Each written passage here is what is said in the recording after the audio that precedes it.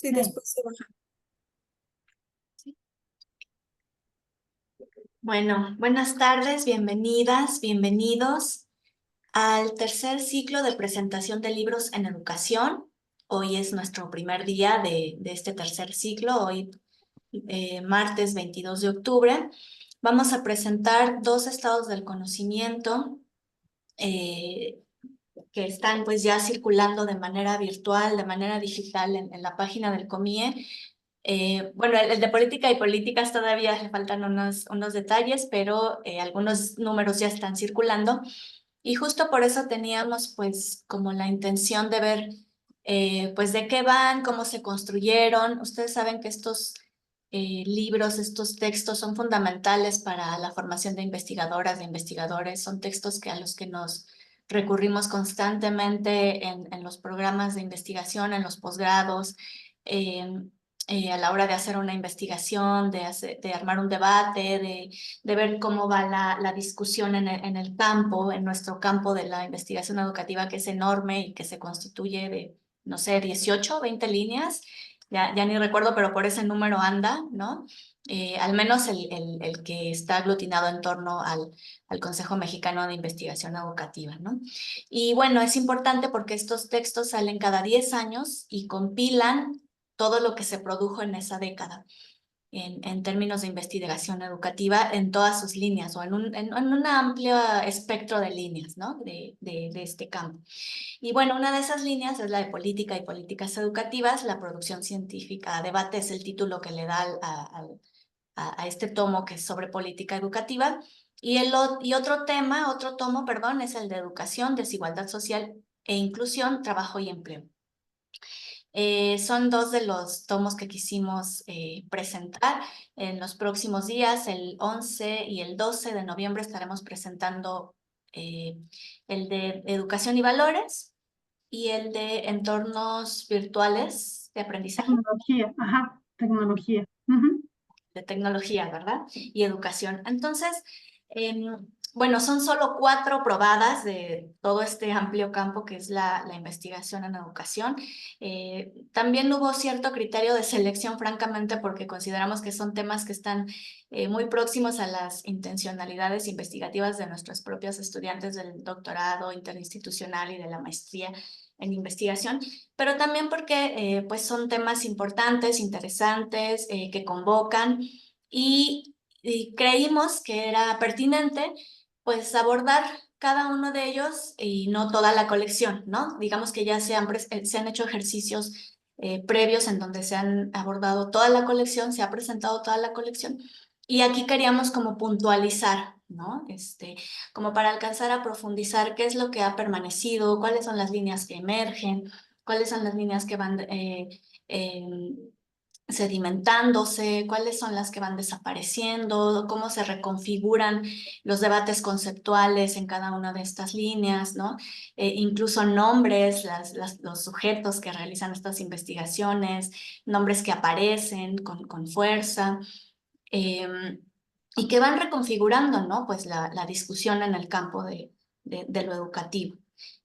Cuáles son esos conceptos, esos puntos nodales que están pues configurando las búsquedas de estos de la identidad, de lo que le da identidad a estos textos y cuáles son los que se van apagando poco a poco, ¿no? Cuáles son esos significantes que ya van desapareciendo de la enunciación de la investigación en cada una de las líneas.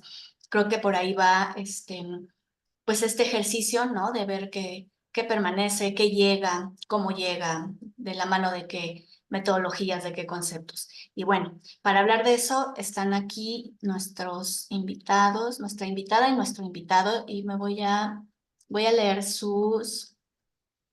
em, voy a leer su síntesis. Voy a presentar primero a Arcelia Martínez Bordón. Ella es doctora en política por la Universidad de York, Inglaterra, licenciada en Ciencia Política y maestra en Políticas Públicas por el Instituto Tecnológico Autónomo de México, el ITAM. Entre 2006 y 2007 realizó una estancia postdoctoral en la División de Administración Pública del Centro de Investigación y Docencia Económicas, CIDE. Cuenta con más de 20 años en el análisis y evaluación de políticas educativas. De enero de 2017 a enero de 2021, trabajó como académica de tiempo completo en el Instituto de Investigaciones para el Desarrollo de la Educación, INIDE, de la Universidad Iberoamericana. En febrero de 2021 se incorporó como académica de tiempo completo al Departamento de Educación de la Universidad Iberoamericana Ciudad de México.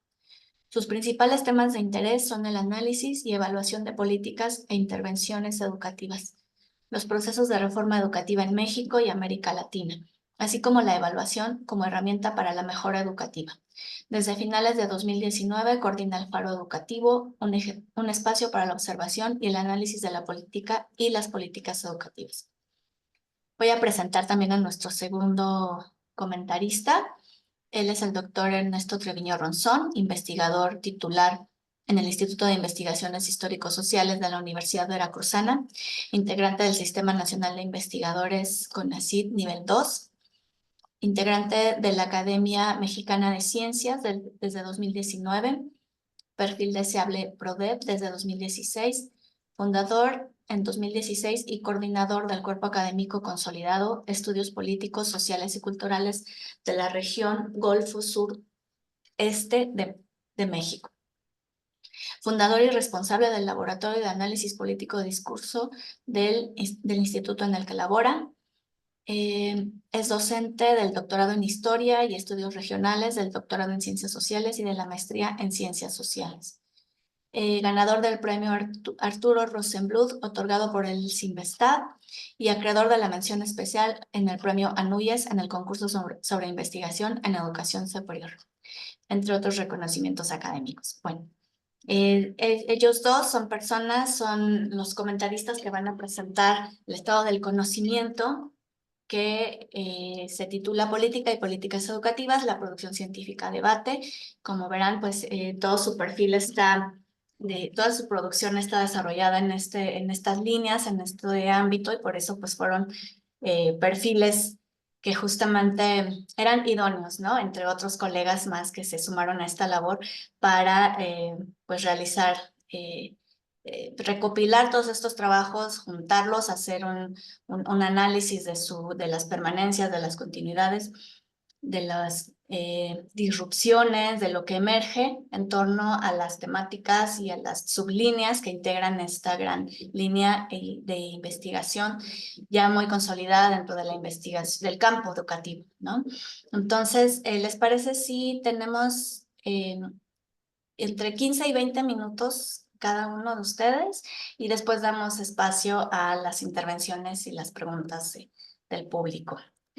Comenzamos contigo, Arcelia, ¿te parece? Sí, con mucho gusto. Deja ver si puedo compartir algunas láminas, nada más como un apoyo de las partes que quiero comentar. Pues muchísimas gracias, Itzel, colegas, por la invitación de la Ibero Puebla para compartir parte de, ahorita que te escuchaba, Itzel, ¿no? Decías un cachito de las investigaciones, porque por los estados del conocimiento sí creo que son 18 áreas, ¿no? Y de lo que vamos a presentar hoy, Ernesto y yo, pues también un cachito, ¿no? Porque él está el conocimiento de esta área de política y gestión de la educativa, pues integró muchísimas cosas. Entonces, quizá comenzar por contarles, no, me da mucho gusto compartir además el espacio con mi colega Ernesto. Tuvimos casi 2 años, ¿no? En distintos seminarios, creo que fue lo más rico de todo, digo, además de la producción de este documento, el podernos reunir colegas que somos estudiosos de la política y las políticas educativas,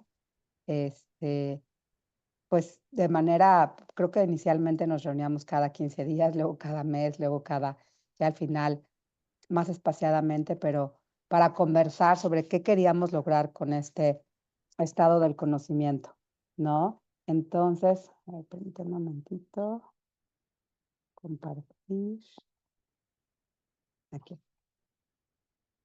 ¿no?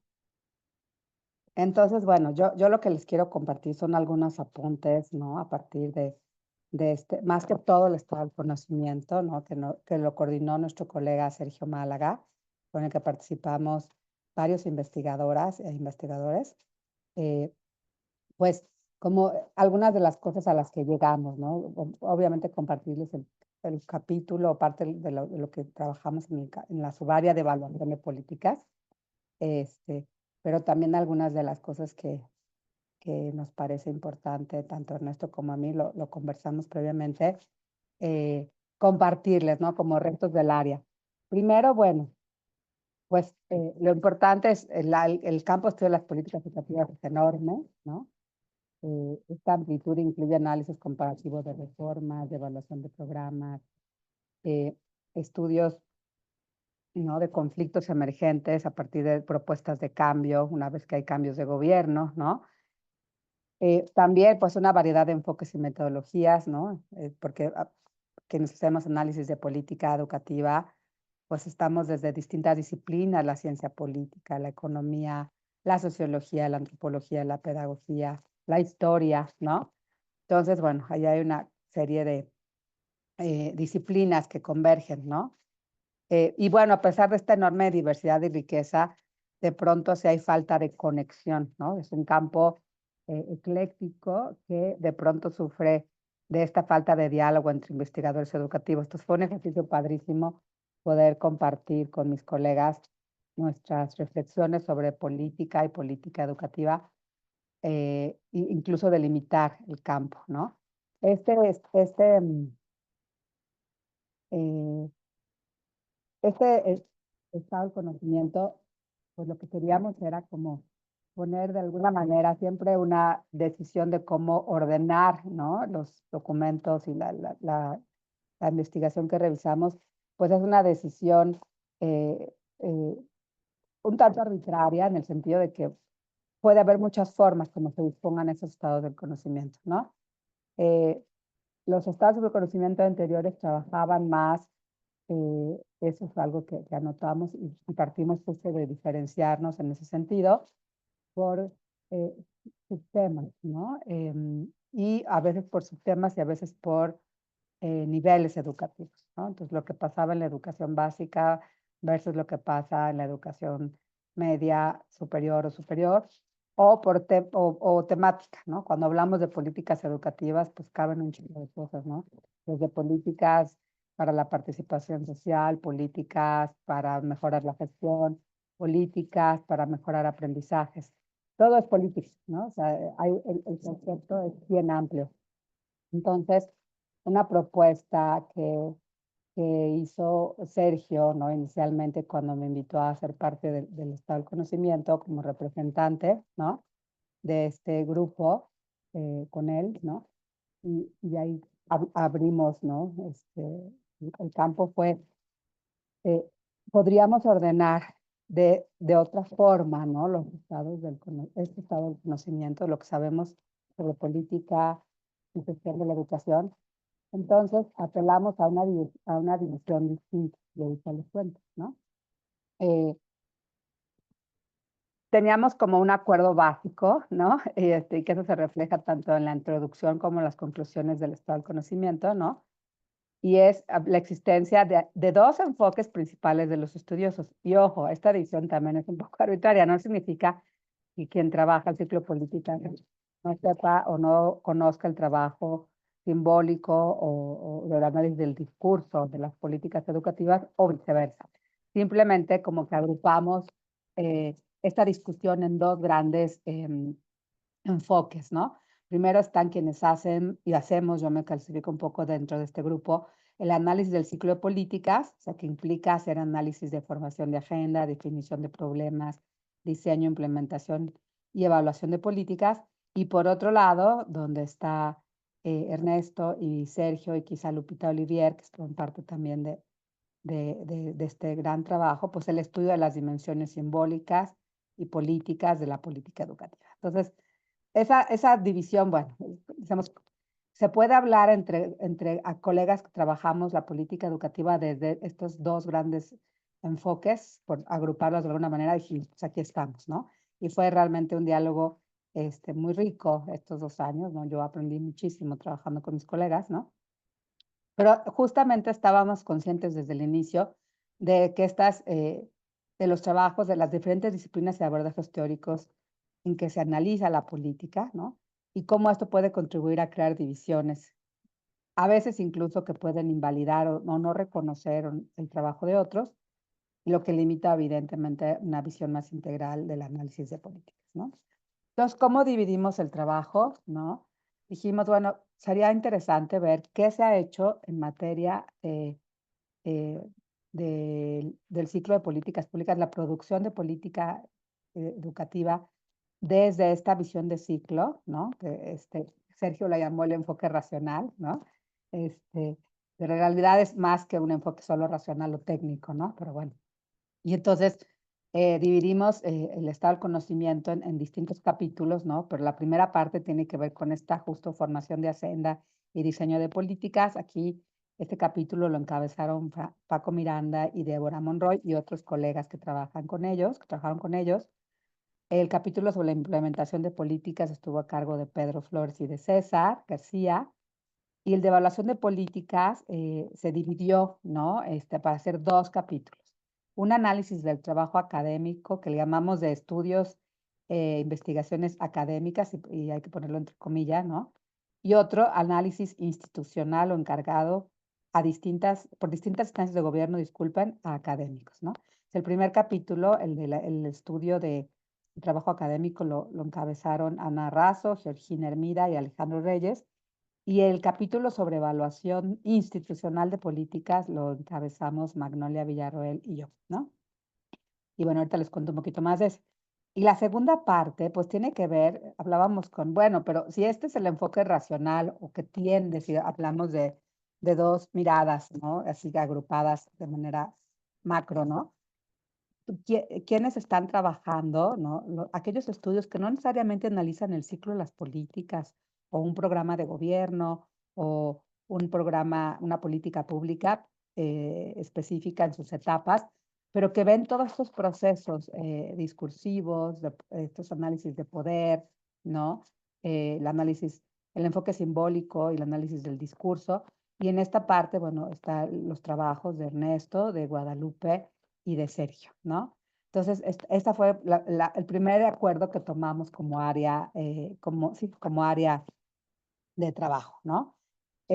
Yo les cuento rápido, ¿no? Del subárea de evaluación de políticas, pues también fue empezar a delimitar, bueno, de esto surgieron pues subáreas, justamente a partir de la subárea de formación de agenda, la subárea de implementación, la subárea de evaluación de políticas y la subárea de la política de las políticas educativas, ¿no?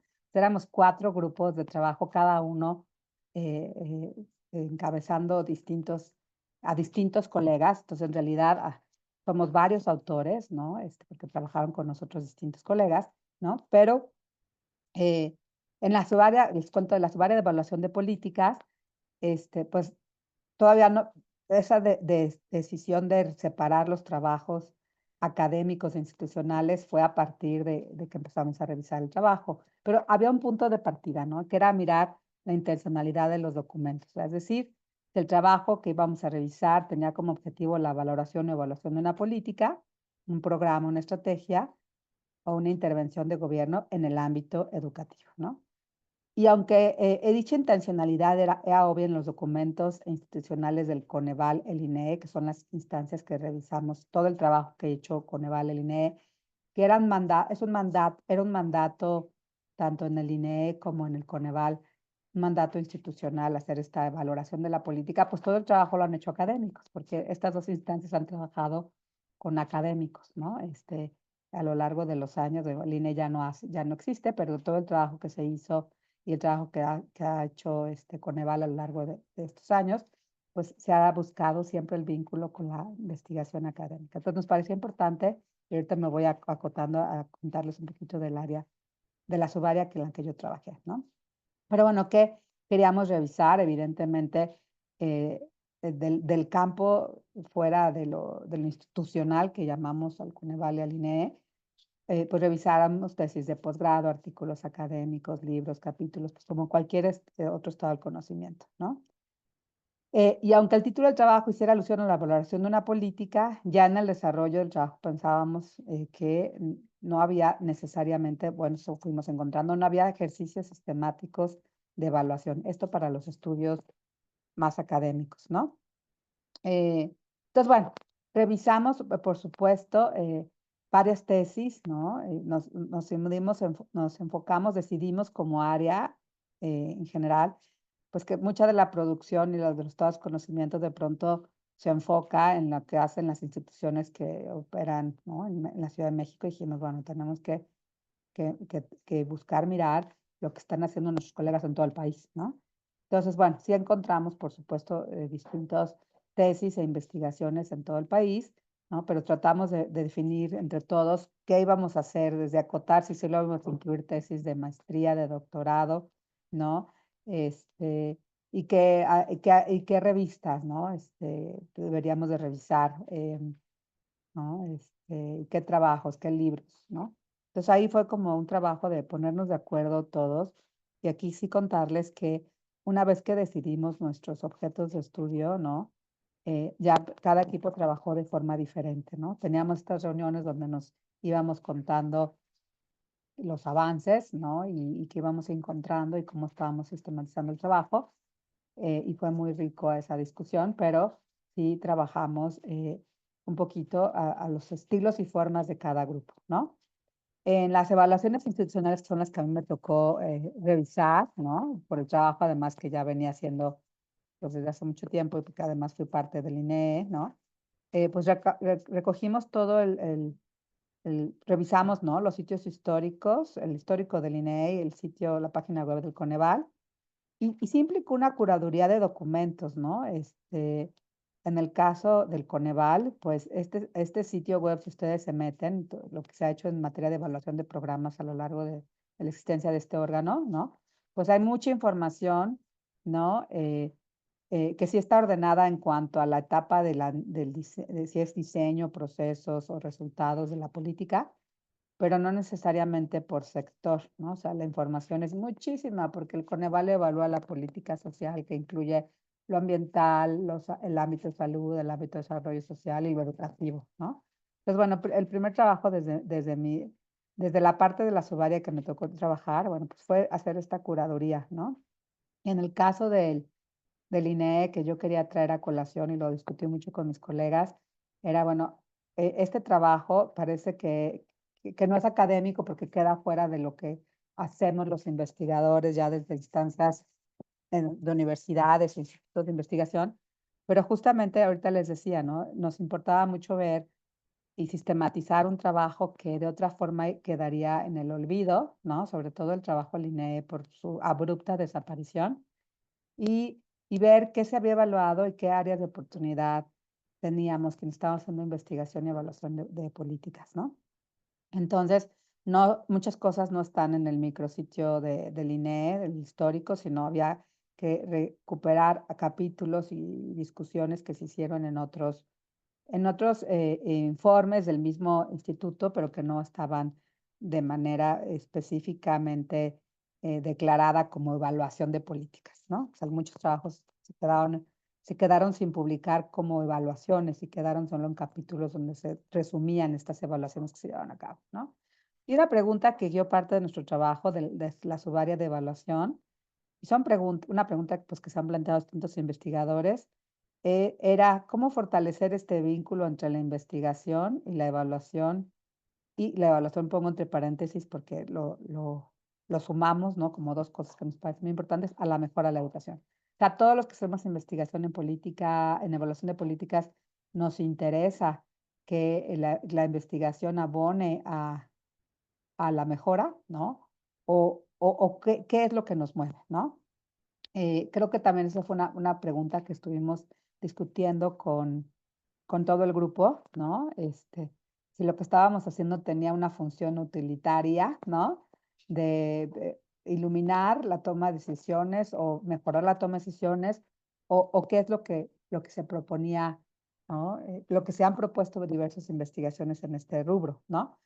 Bueno, las preguntas vinculadas, pues, ¿qué estábamos evaluando y cómo lo estamos haciendo? ¿Por qué es importante la evaluación de políticas? Hay que destacar que el inicio de estos trabajos teníamos muy en cuenta que hay un estado del conocimiento que resume la evaluación educativa. 3 minutos, por favor, 3 Ajá. minutos. Uy, ya se me acabó el tiempo. Bueno, Hay una estado del arte que resume la evaluación educativa y la evaluación de políticas quedó aquí en vez de en ese estado del conocimiento. O sea, podía caber en cualquiera de las dos, eso es importante. Pero dada la naturaleza de este trabajo y pensando desde el ciclo de políticas, pensamos que era mejor que quedara aquí. O sea, yo estuve pensando si trabajaba en este grupo o en el grupo de evaluación, ¿no? Bueno, ¿quién ha evaluado la política? ¿Qué ha pasado con los resultados de la evaluación? Fueron las preguntas que orientaron, ¿no? En la búsqueda del trabajo, cómo se ha evaluado, cómo lo han evaluado, qué recomendaciones han planteado para la mejora y cuáles son los límites de la evaluación, ¿no? Entonces, bueno, en el capítulo que a mí me tocó coordinar, justamente revisamos, ya les decía, el trabajo de hecho con Eval y el INE, ¿no? Eh, y sí, si uno revisa este trabajo, bueno, va a poder encontrar qué intervenciones del gobierno han sido evaluadas, dónde han estado las prioridades y énfasis de la evaluación, en qué grandes ejes de política se han enfocado las evaluaciones, con qué metodologías, ¿no? Y cuáles han sido los principales obstáculos y facilitadores de la valoración, ¿no? Y las recomendaciones que han hecho los propios evaluadores. Eh, Aquí les muestro una tablita simplemente en el capítulo que me tocó coordinar.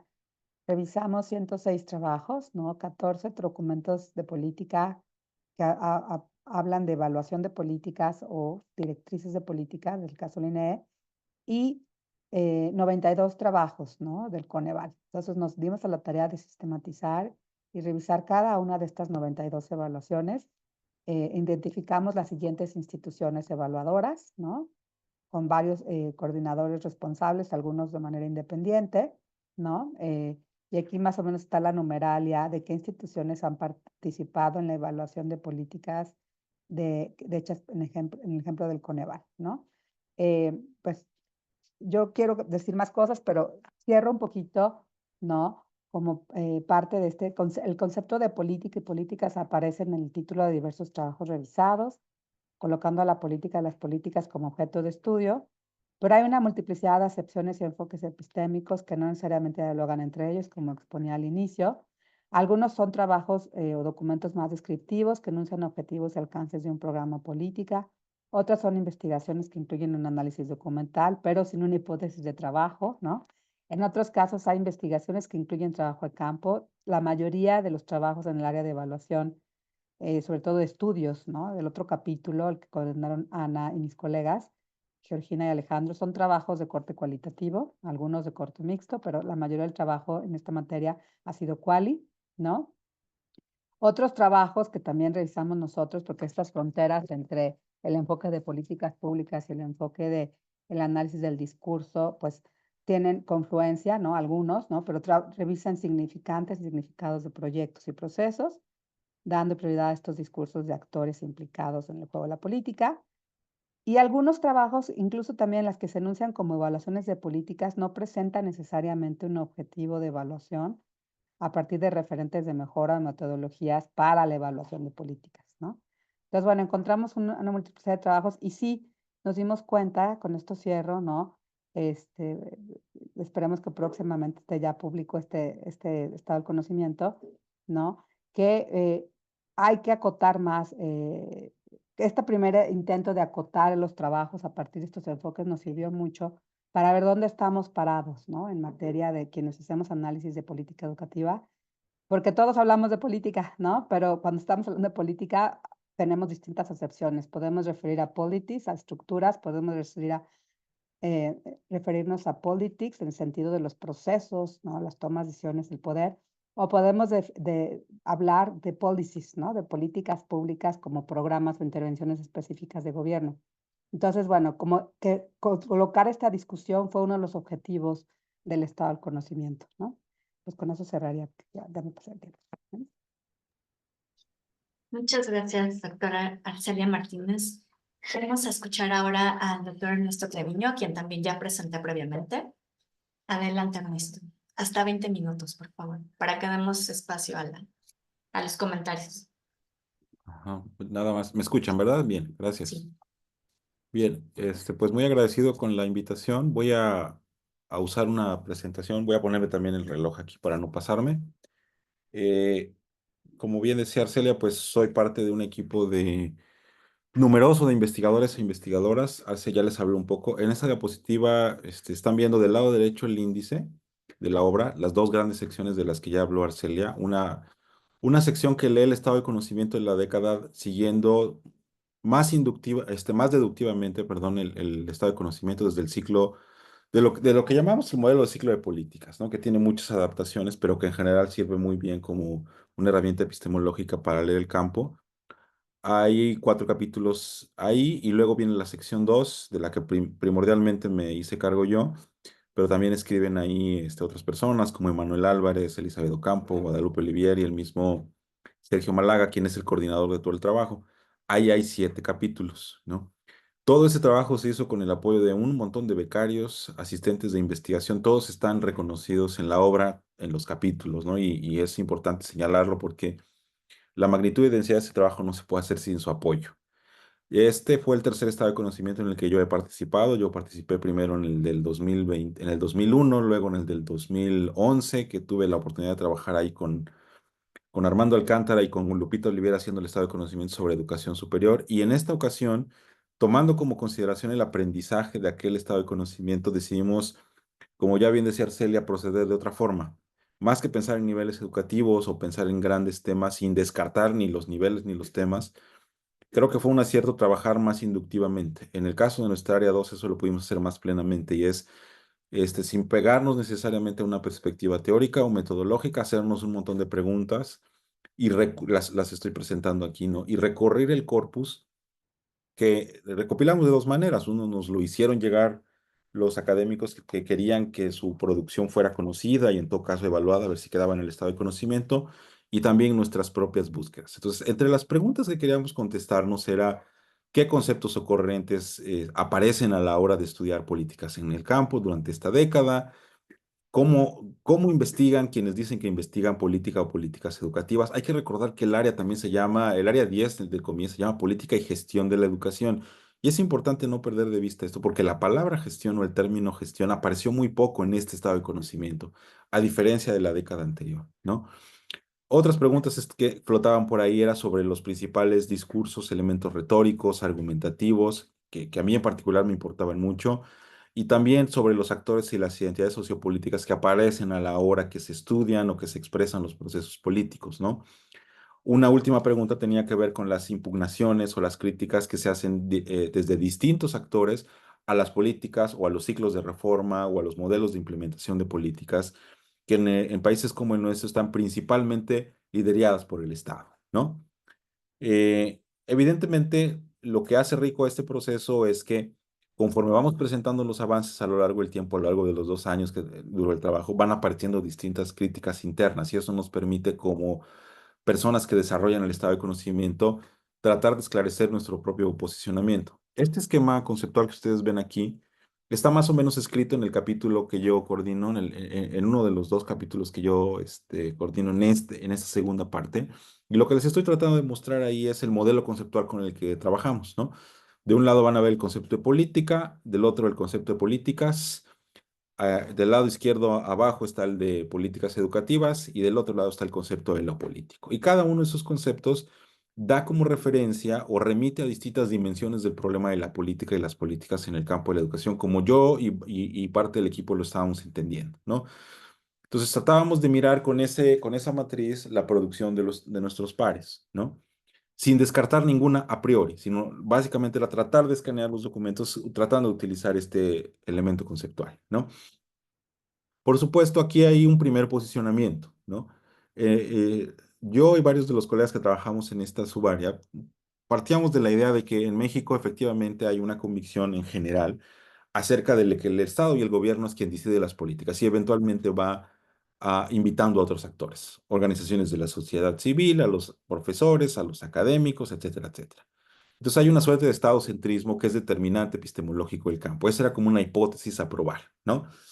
Entonces, queríamos ver si ese estadocentrismo que ya habíamos detectado, ¿no? O sea, que el Estado es el principal actor en el campo de las políticas, podía ser descentrado a través del análisis. Y de una vez les anticipo que sí, que cuando uno revisa el análisis va a darse cuenta que sí, el Estado es el actor predominante, es el que grita más fuerte, el que manotea más fuerte, el que tiene más poder y dinero a la hora de poner no solo la agenda de política y política, sino también la producción académica.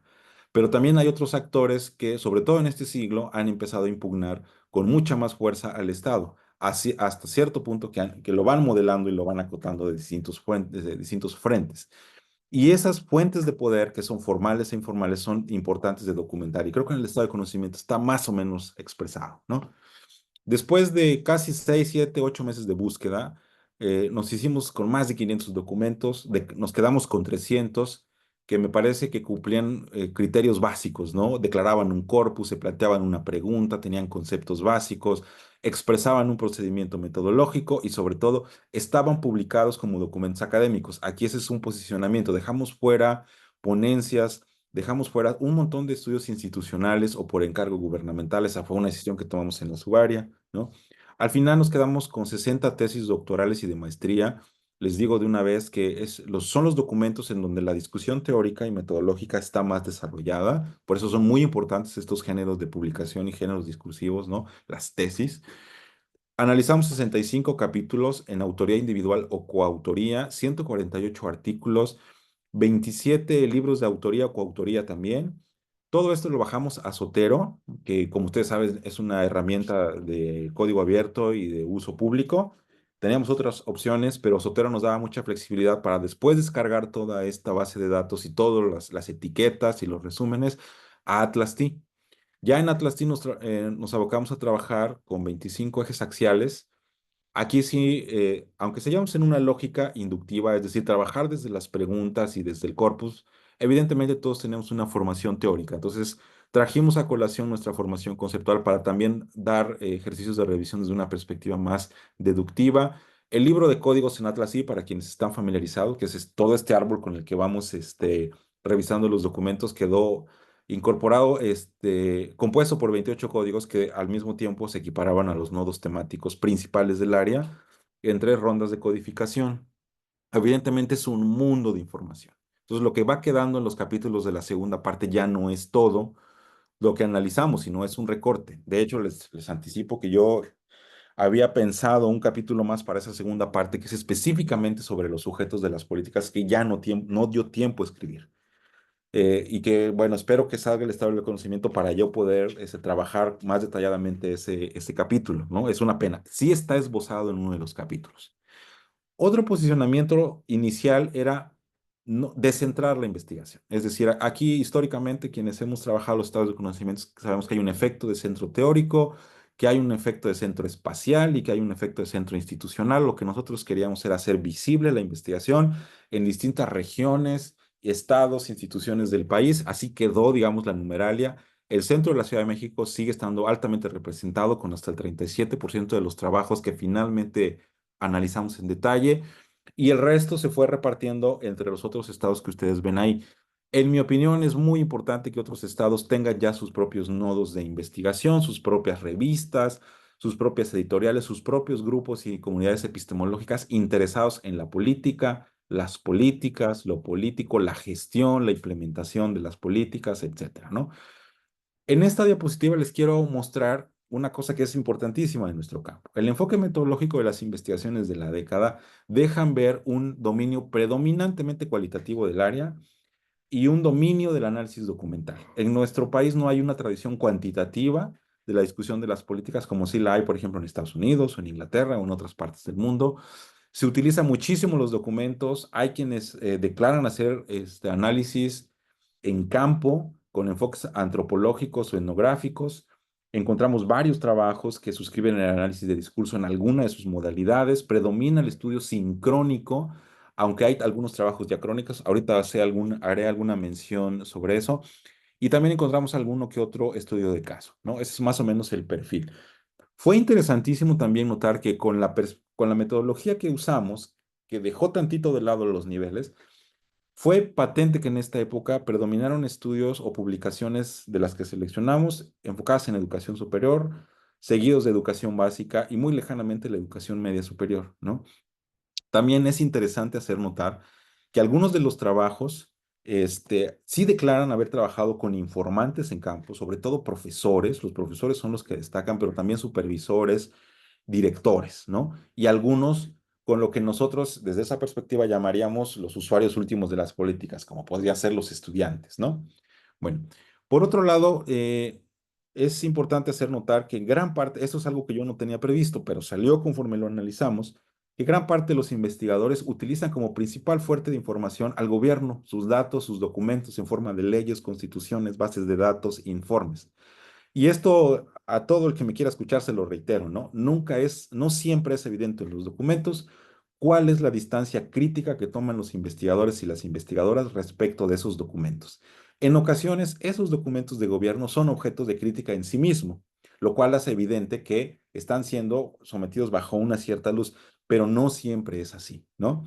En otros casos, quiero destacar que son escasísimos los trabajos de corte histórico en este campo. Me parece que estamos atrapados mucho en esta lógica de la coyuntura y creo que es la responsabilidad se la podemos atribuir a este largo e intenso ciclo de políticas que traemos desde finales de los noventas y que hace que los investigadores del área anden correteando a las reformas como un objeto de evaluación constante, andan tras de ellas intentando comprenderlas y eso, digamos que le quita appeal o atractivo a estudios de mediano y larga duración en el campo, ¿no? Por supuesto, no se trata de desechar esta idea de que los investigadores les interese lo que está pasando o lo que está ocurriendo en el tiempo sincrónico, pero también habría que pensar epistemológicamente qué efectos tiene eso en el campo, ¿no? Que nos previene de comprensiones de procesos más largos, más amplios en el tiempo. En esta gráfica ustedes pueden ver algunos de los grandes nodos temáticos identificados. El ciclo del que venimos es el ciclo de la reforma educativa del 2013, que es dominante en la discusión, ¿no? Hay muchísima discusión sobre constituciones, leyes y normatividad. También es dominante las discusiones sobre las publicaciones sobre calidad, aunque también encontramos sobre otras discusiones, sobre otros temas, modelos educativos. Hay una gran cantidad de estudios, aunque muy dispersos, sobre institucionalismo, sobre acción colectiva. No todos quedaron representados en el estado de conocimiento, nos quedamos con algunos. Está fijado digamos ahí, haciendo como un eje de rotación el tema de la gobernanza. Y por supuesto, lo buscamos y lo encontramos, el tema de la subjetividad, del discurso, del poder, de las tensiones que hay al interior del campo, ¿no? Como un referente fundamental para dialogar entre los académicos, ¿no? Eh, una cosa que notamos es que, como decía Arcelia, parece ser que en esta década a todo mundo le preocupan las políticas, a todo mundo le preocupan las reformas, pero es sintomático que no todo mundo se detiene a elaborar teóricamente qué están entendiendo por política o políticas o qué están entendiendo por reformas, etcétera. En cambio, sí elaboran los objetos de las políticas o de las reformas en particular. Por ejemplo, si les interesan las políticas de formación, entonces sí hay mucho más detalle a la hora de discutir el concepto de formación. O si les interesan las políticas o las reformas curriculares, sí hay más discusión sobre la noción curricular, ¿no? O sobre la evaluación, pero no tanto sobre ese gran supuesto que está atrás, que es la dimensión política de ese objeto que están abordando, ¿no? Por supuesto, creo que hay un predominio en el campo, en esta subárea, por la forma en que leímos de perspectivas críticas, ¿no? También se notan muchísimo las perspectivas sociológicas interactuando con otras miradas, ¿no? Y creo que es evidente que hay como un desnivel en la profundidad en el campo, ¿no? Ahora, esta es una de las conclusiones y yo ya la he presentado en otros foros y la he estado desarrollando desde que terminamos el estado de conocimiento. Pienso que es muy evidente en el estado de conocimiento que lo que pasó con el ciclo de reformas educativas en casi todos los niveles, pero sobre todo en el básico y en el medio superior, impuso una lógica política de reforma. Entonces, parece ser que el sistema educativo en México se gobierna desde la lógica política de la reforma y eso tiene un efecto de regreso en la producción en el estado de conocimiento. Entonces, es importante sentarnos a reflexionar sobre esto como uno de los grandes aprendizajes del estado de conocimiento, ¿no? ¿Qué le hace eso, además de los estudios extremadamente coyunturales en los que estamos metidos, a la configuración epistemológica del campo, ¿no? Avanza un poco más porque ya llevo 15 minutos, ¿no? Pienso que una de las cosas que para mí queda como una de las principales conclusiones, ¿no? Es que tenemos una gran cantidad de comunidades interesadas en estudiar y en discutir las políticas, la política, lo político de las políticas, pero muy pocas de ellas dialogan. Por eso pienso y suscribo lo que decía Arcelia, ¿no? Que este equipo que leyó el estado de conocimiento a contrapelo, uno desde una perspectiva y otro desde otra perspectiva, lograron dialogar de manera muy productiva. Y creo que ese tipo de ejercicios hacen falta, ¿no? Eh, Pienso que hay una pluralización de los objetos de estudio con base en lo que analizamos. Pienso que hay una pluralización de los tonos y las discusiones, pero evidentemente lo que necesitamos es decantar mejor eso para poder tener una perspectiva un poco más profunda del avance del campo y de su maduración como un área de conocimiento en México, ¿no? Ya para cerrar, voy a detenerme aquí para a ver si tenemos tiempo de algún diálogo. Pienso que ciertamente tenemos una pluralidad de interpretaciones compitiendo en el campo de conocimiento, ¿no? Sobre cuál es la mejor manera de entender los procesos políticos de la última década. Pienso que sí hay una suerte de ruptura con lo que habíamos estado viendo en décadas anteriores, pero no es una ruptura drástica. Creo que más bien obedece a que con esta lectura logramos saber a más personas desde sus áreas de especialización, ¿no? O desde sus objetos de estudio específicos dialogando sobre las políticas. No que se hayan formado como cienciopolitólogos o especialistas en política pública, no, sino que desde sus áreas de formación están dialogando más sobre las políticas. Y eso va aportando otros referentes, otros significantes, otros lentes de lectura del campo que me parece que nos ayudan a enriquecerlo. Entonces, esto juega también, pues digamos que como una suerte de paradoja, ¿no? El campo es más plural, pero al mismo tiempo lo que hace es más evidente que hay muchos vasos comunicantes que están rotos y que algunas áreas todavía se están como madurando, ¿no? Bueno, yo me voy a detener ahí y a lo mejor hay tiempo de dialogar sobre algunas cosas más. Gracias. Gracias a ambos. Gracias también por respetar el tiempo y dejar unos minutos para la conversación. De las personas que están conectadas, ¿qué les devuelve la presentación pues de este estado de conocimiento con sus dos equipos, con dos miradas, dos aproximaciones? Me parece bastante interesante lo que ya mencionaba Arcelia sobre la diferencia entre la evaluación educativa y la evaluación de políticas, ¿no? Esa disyuntiva en la que se encontró de a cuál me voy, ¿no? Y bueno, termina en este. Y muchos, pues como criterios como posicionamientos para realizar, ¿no? El estado del conocimiento, la distancia del estadocentrismo como determinante epistemológico del campo, el dejar 200 trabajos fuera de esta recopilación, ¿no? Que siempre es necesaria esa, no cabe todo, ¿verdad? Hay una operación de inclusión y exclusión ahí. ¿Qué más les deja esta presentación o qué dudas tienen ahorita que tenemos aquí pues a los que elaboraron el estado del conocimiento? ¿Quién levanta la mano?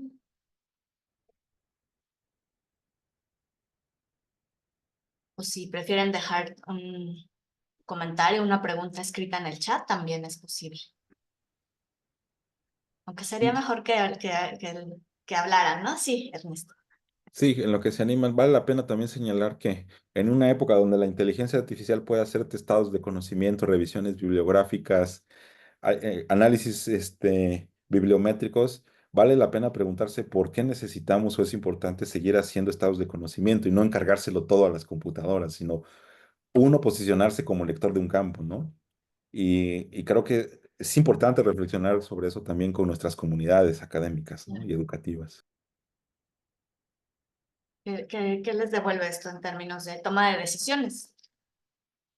También las decisiones atraviesan la investigación, ¿no? La construcción de un objeto de estudio. Sí, Fátima, adelante.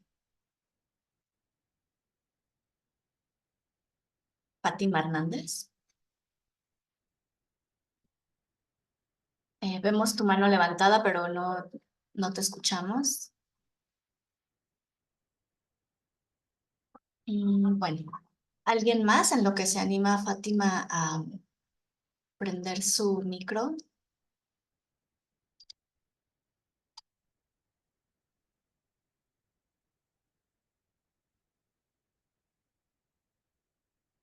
¿Qué les dice esta intención de descentrar la mirada, de no estar solo? No deja desactivar el micro. A ver, te lo desactivo yo, a ver si puedo.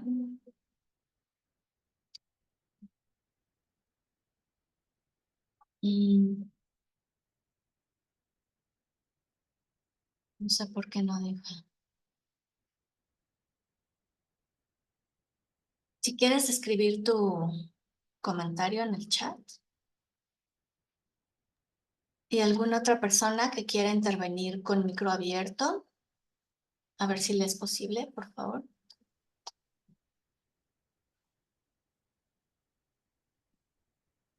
¿Quién les devuelve el contenido del estado del conocimiento?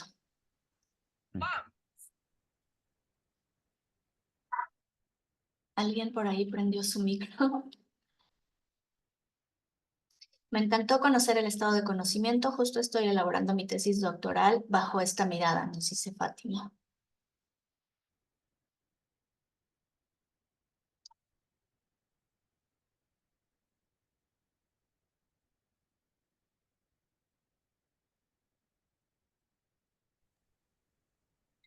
Ya me dejó. Perfecto, Fátima, adelante. Bueno, pues buenas tardes.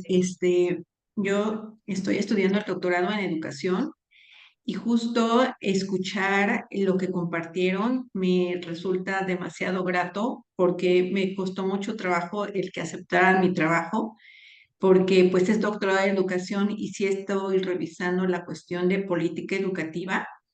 Mi perfil de origen, soy abogada, maestra en ciencias políticas y entonces sí el hecho de llegar a la educación me sitúa en una situación de tener una mirada pues un tanto más compleja y al escuchar cómo están haciendo esta división y esta clasificación me da mucha, me emociona mucho el saber que mi trabajo no está como aislado, como suelto, y al haber hecho esta clasificación tanto de política educativa como la referente a lo que es lo mío, que es el análisis del discurso y demás, me congratula mucho y me da como mucho norte de que voy bien, ¿no? Entonces, muchísimas gracias por su contribución, por todo lo que están haciendo, porque pues de lo que mencionan ha sido un trabajo muy arduo y pues muchas felicidades. Muchas gracias. Gracias, Fátima. No sé si alguien más se anime. Y bueno, con relación a lo que planteaba Fátima, pues justo algo mencionaba la doctora Arcelia Martínez sobre el carácter interdisciplinar de esta línea, ¿no? Entonces, pues mencionas tu perfil y es pertinente en términos de las herramientas con las que se pueden analizar las políticas, ¿no? O realizar las evaluaciones. ¿Alguien más? Los estudiantes del doctorado interinstitucional que andan por ahí, se espejearon en algo que hayan comentado. Hay otros mensajes. Mientras se animan a abrir su micro. Belén Velázquez dice, ¿cómo aportan otros actores o instituciones al establecimiento de políticas públicas educativas? ¿En qué nivel y medida? Y Laura Bárcenas, para cualquiera de los tres, ¿hacia dónde se va enfocando el estudio de las políticas públicas en educación? A mí me gustaría contestar parte de las preguntas, ¿no? Hay un capítulo que tiene que ver justamente con la formación de agenda, ¿no?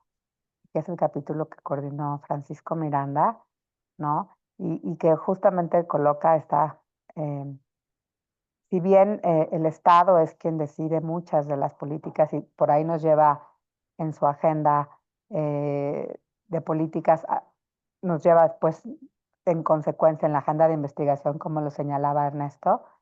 También este capítulo es interesante porque coloca como otros actores, ¿no? Empujan, ¿no? Empujan la formación, empujan la agenda pública y en ese sentido algunas cosas se colocan también en el diseño de las políticas, ¿no? Pero justamente estamos mirando esa como gobernanza, ¿no? En donde ya el Estado no puede solo y entonces hay distintos actores que están colocando temas, ¿no? Y que se retoman por el Estado mexicano y de ahí pues a esta mayor perspectiva, ¿no? De otros actores. Del tema de hacia dónde se va enfocando, creo que lo que señaló Ernesto, sí es muy claro, estamos mucho en el corte de caja de las cosas que van saliendo, ¿no? Eh, Interesante que sí hay muchos estudios que hablan sobre las reformas, ¿no?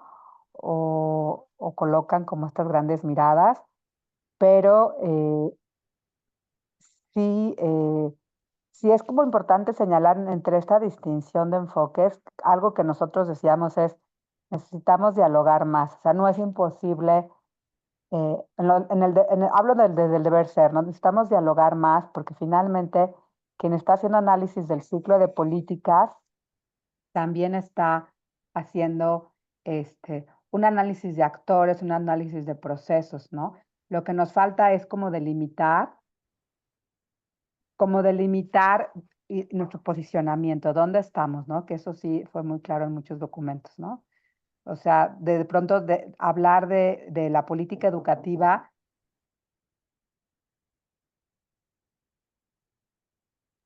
hablar de la política educativa este, desde una enunciación, ¿no? ¿Cuál es nuestro posicionamiento? ¿De dónde estamos tomando el análisis? Si es de procesos, si es de actores, ¿no? Con una definición de un marco analítico, ¿no? Creo que eso sí falta. Es muy descriptivo de pronto el análisis en en muchos de los trabajos que encontramos, ¿no? Gracias. Cerramos con tu participación, Ernesto, por favor. Sí, sobre la primera pregunta, ¿en qué nivel y qué medida otros actores como ayudan como a decidir o modelar la política? Mira, en el estado de conocimiento es posible notar varias cosas. Sí, lo podemos leer desde el campo de vista de la agenda, desde el punto de vista de la configuración de agendas, de agenda pública, de agenda de gobierno, incluso de la agenda legislativa o mediática, o lo podemos leer desde la parte 2, desde el punto de vista de la movilización política. Entonces, lo que salen son organizaciones de la sociedad civil, de distinto cuño, ¿no? Privadas, sin fines de lucro, etcétera. Sí están y sí aparecen, ¿no? Desde los más odiados por una razón u otra, hasta los más desconocidos. No voy a decir nombres aquí, ¿no? Aparecen también organizaciones comunitarias, o sea, personas que en escala micro van modelando reformas, ¿no? Contienen y dicen, aquí no se va a hacer, aquí no se va a hacer, o se va a hacer de otra manera, etcétera. Entonces ellos no están fijando qué se determina en la política en gran escala, lo que están moldeando es desde abajo en lo que llamaríamos la implementación o en el terreno de la política. Entonces, habría que meter eso a la discusión. ¿Qué tanto eso tiene un regreso a la forma en que se diseña o se discute la configuración de la política o sus procesos de implementación o de corrección en los ciclos de implementación? También los sindicatos. Los sindicatos tienen un papel fundamental como moldeadores de la política, incluso en su definición. A veces ya está fijada una toma de decisiones y se regresa, ¿eh? Y se corrige y se modela. Esos son fundamentales, ¿no?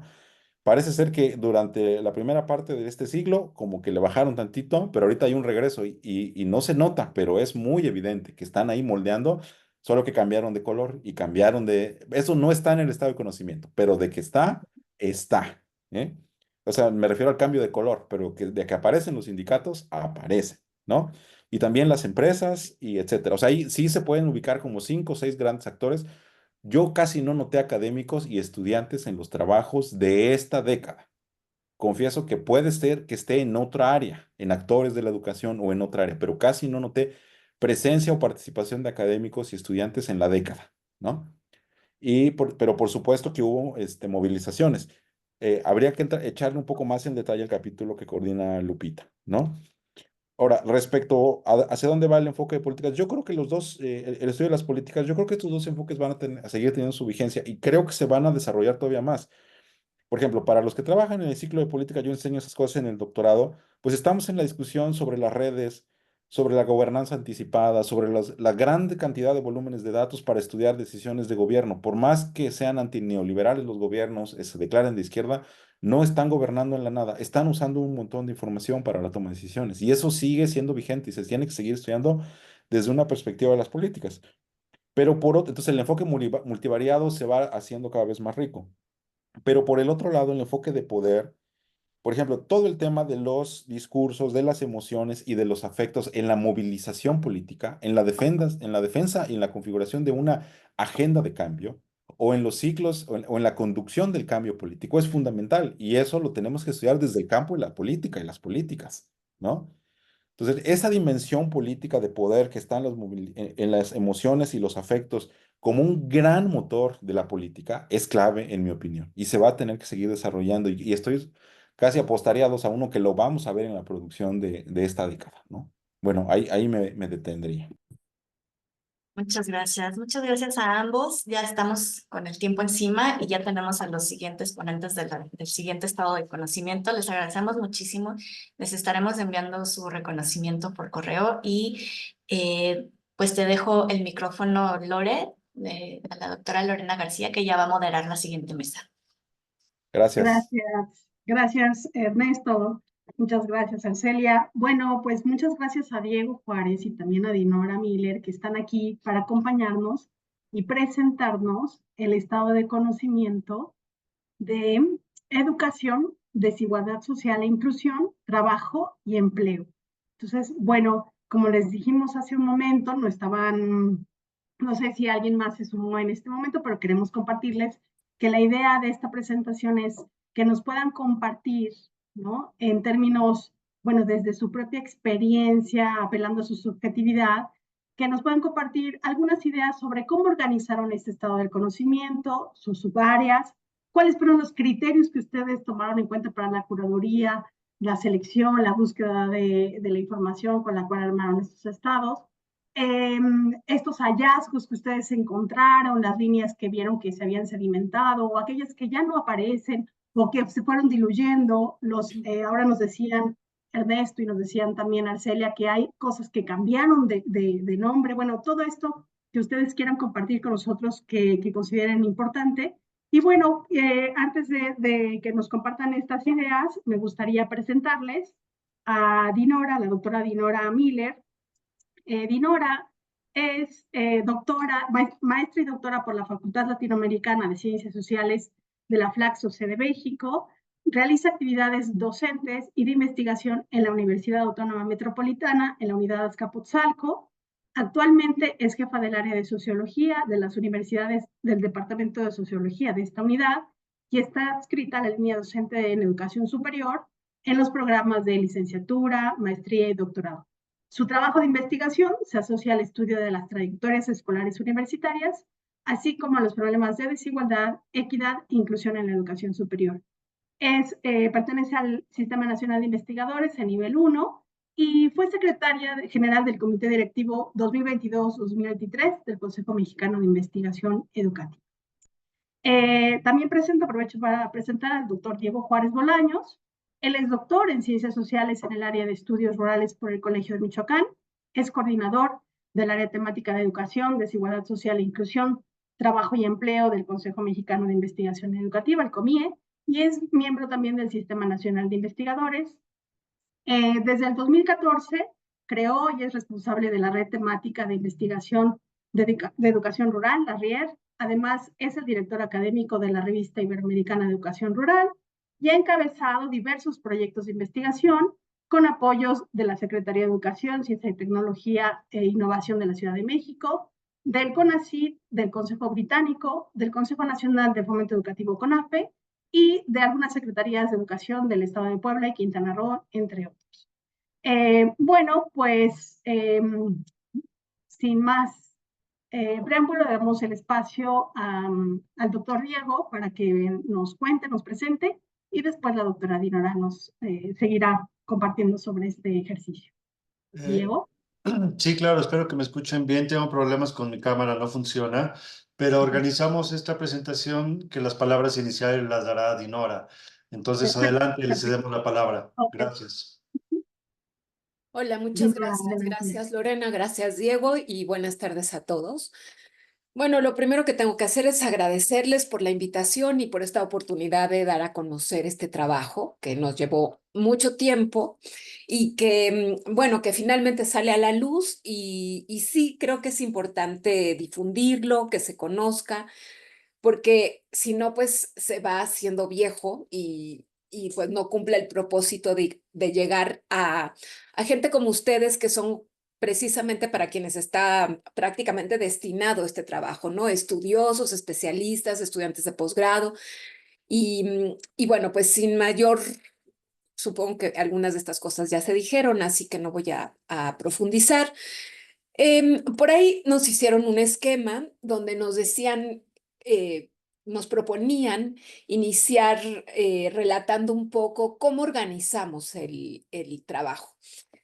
Y quisiera yo empezar como en dos partes. Uno, cómo se organizó el equipo de trabajo y ya después cómo se organizó el documento en sí. El equipo de trabajo, bueno, ustedes saben que Comie lanza una convocatoria para que se nombre a un coordinador y a dos, ahí no sé cómo le llaman, pues coordinadores de apoyo, ¿no? Y en ese caso, pues yo buscaba gente que estuviera directamente involucrada, sobre todo en áreas que yo no domino. Y esa fue la razón por la que busqué a Diego. Yo no tengo mucha idea de toda esta parte que ellos están trabajando sobre educación rural y me parecía que era muy importante dar y abrir la puerta por ahí a pues especialistas que estuvieran ya con un trabajo avanzado en esa parte. Y por otro lado, a José Navarro, que está trabajando todo lo que tiene que ver con la relación entre educación y empleo, ¿no? Y el mundo del trabajo, que es, pues, como ya ahora les mostraré, pues una parte importante del documento. Así que una vez que integramos la coordinación, el equipo de coordinación, nos dimos a la tarea de buscar a otros colegas a su vez que pudieran incorporarse y que estuvieran interesados. Hicimos la convocatoria, pues de entrada a todos los integrantes del área 13 del Consejo Mexicano de Investigación Educativa y tuvimos algunas reacciones, gente que levantó la mano y que nos dijo nos interesa participar.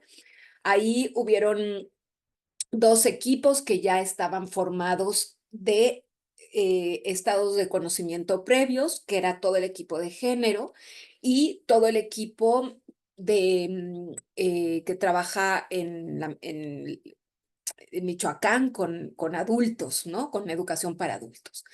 Entonces, teníamos ya estos dos equipos que inmediatamente se incorporaron con nosotros, pero pensamos que había que rearmar o que armar de una manera distinta el estado de conocimiento.